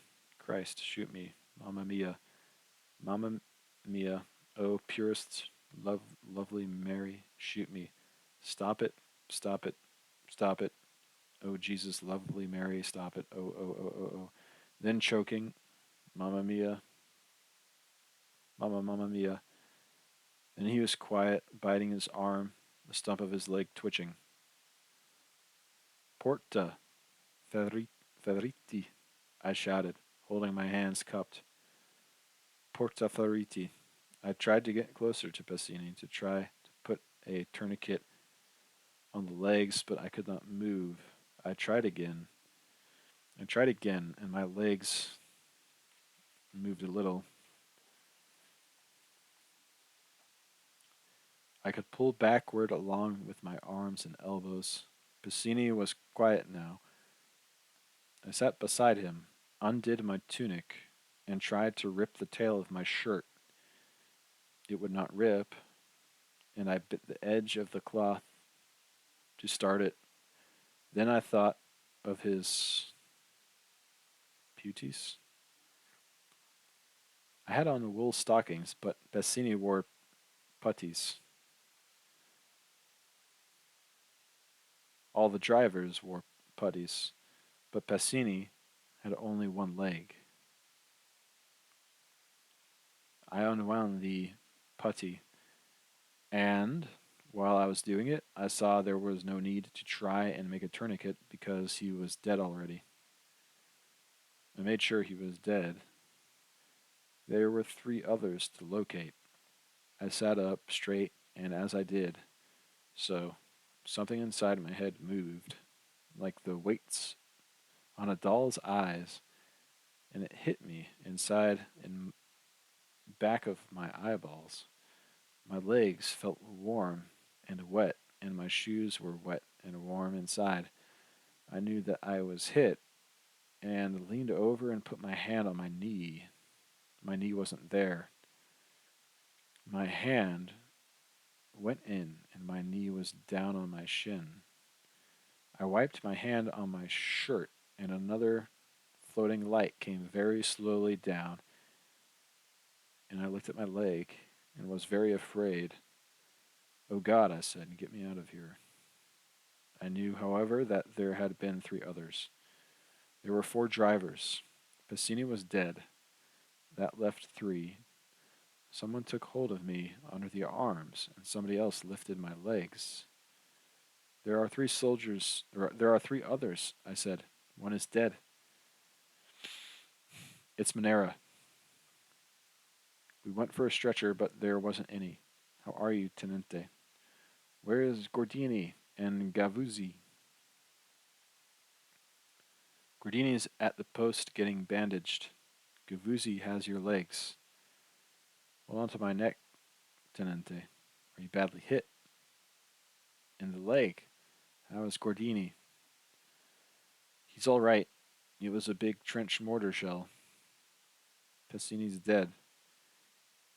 Yes, he's dead. A shell fell close, and they both dropped to the ground and dropped me. I'm sorry, Tenente, said Manera. Hang on to my neck. If you drop me again, it was because we were scared. Are you unwounded? We are both wounded a little. Can Gordini drive? I don't think so. They dropped me once more before we reached the post. You sons of bitches, I said. I am sorry, Tenente, Manera said. We won't drop you again. Outside the post, a great many of us lay on the ground in the dark. They carried wounded in and brought them out. I could see the light come out from the dressing station when the curtain opened, and they brought someone in or out. The dead were off to one side. The doctors were working with their sleeves up to their shoulders and were red as butchers. There were not enough stretchers. Some of the wounded were noisy, but most were quiet. The wind blew the leaves in the bower over the door of the dressing station.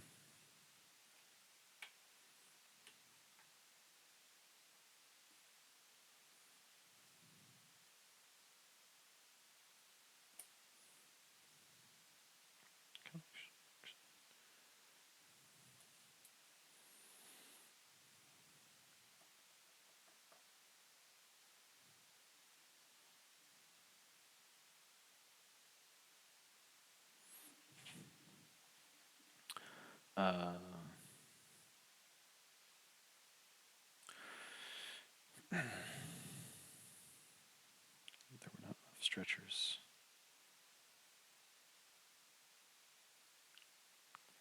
The wind blew the leaves in the bower over the door of the dressing station, and the night was getting cold. Stretcher bearers came in all the time, put their stretchers down, unloaded them, and went away. As soon as I got to the dressing station, Manera brought a medical sergeant out, and he put bandages on both my legs. He said there was so much dirt blown into the wound that there had not been much hemorrhage. They would take me as soon as possible. He went back inside. Gordini could not drive, Manera said. His shoulder was smashed and his head was hurt. He had not felt bad, but now the shoulder had stiffened. He was sitting up beside one of the brick walls. Manera and Gavuzzi each went off with a load of wounded. They could drive all night. The British had come with 3 ambulances, and they had 2 men on each ambulance. One of their drivers came over to me, brought by Gordini. You looked very white and sick. The Britisher leaned over. Are you hit badly? He asked. He was a tall man and wore steel-rimmed spectacles. In the legs. It's not serious, I hope. Do you have a cigarette? Thanks. They tell me you've lost 2 drivers. Yes. One killed, and the fellow that brought you. What rotten luck. Would you like us to take the cars? That's what I wanted to ask you. We take quite good care of them and return them to the villa. 206, aren't you? Yes. It's a charming place. I've seen you about. They tell me you're an American. Yes, I'm English. No. Yes, English. Do you think I was Italian? There were some Italians with one of our units. It would be fine if you would take the cars, I said. We will be most careful of them. He straightened up. This chap of yours was very anxious for me to see you. He patted Gordini on the shoulder. Gordini winced and smiled. The Englishman broke into voluble and perfect Italian. Now everything is arranged. I've seen your tenente. We will take over the 2 cars. You won't worry now. He broke off. I must do something about getting you out of here. I'll see the medical Wallace. We'll take you back with us. He walked across to the dressing station, stepping carefully among the wounded. I saw the blanket open. The light came out, and he went in.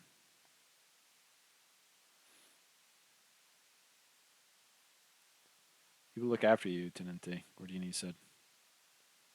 How are you, Franco? I am all right, he said. He sat down beside me. In a moment, the blanket in front of the dressing station opened, and 2 stretcher bearers came out, followed by the tall Englishman. He brought them over to me. Here's the American, Tenente, he said in Italian. I'd rather wait, I said. There are much worse wounded than me. I'm all right. Come, come, he said. Don't be a bloody hero.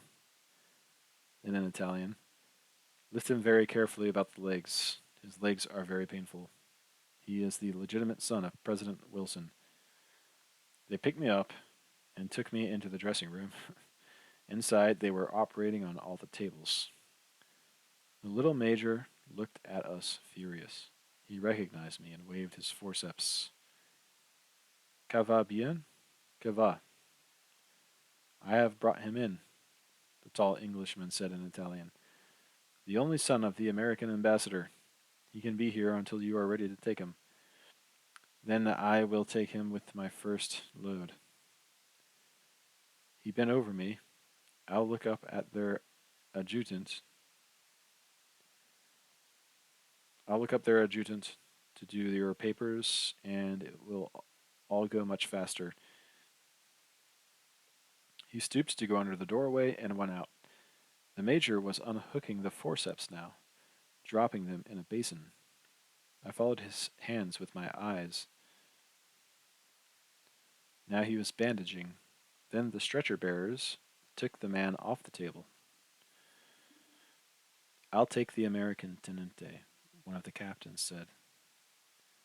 They lifted me onto the table. It was hard and slippery.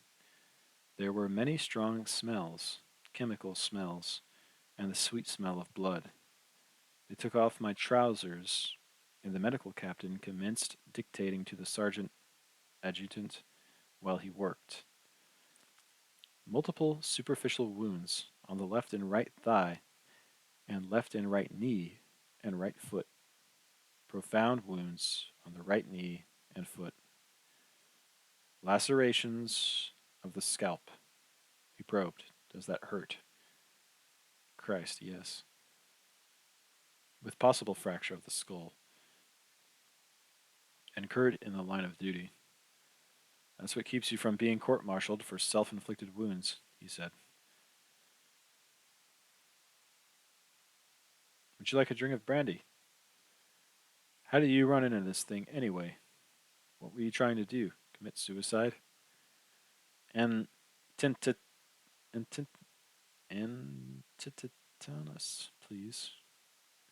And Titatanus, please, and mark a cross on both legs. Thank you. I'll clean this up a little, wash it out, and put on a dressing. Your blood coagulates beautifully. The adjutant looked up from the paper. What inflicted the wounds? Medical captain, what hit you? Me with the eyes shut. A trench mortar shell. The captain doing things that hurt sharply and severing tissue. Are you sure? Me, trying to lie still and feeling my stomach flutter when the flesh was cut. I think so. Captain Doctor. Interested in something he was finding. Fragments of enemy trench mortar shell. Now I'll probe for some of this, if you like, but it's not necessary. I'll paint all this and... Does that sting? Good. That's nothing to how it will feel later. The pain hasn't started yet. Bring him a glass of brandy. The shock dulls the pain. But this is all right. You have nothing to worry about if it doesn't infect, and it rarely does now. How is your head? Good Christ, I said. Better not drink too much brandy, then. If you've got a fracture, you don't want inflammation. How does that feel? Sweat ran all over me. Good Christ, I said. I guess you've got a fracture all right. I'll wrap you up, and don't bounce your head around. He bandaged, his hands moving very fast, and the bandage coming taut and sure. All right. Good luck, and vive la France. He's an American, one of the other captains said.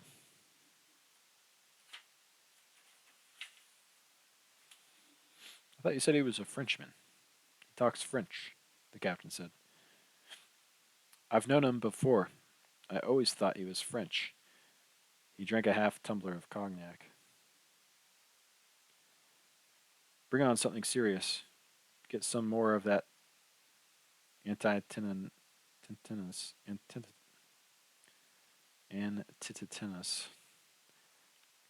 The captain waved to me. They lifted me, and the blanket flap went across my face. He went out.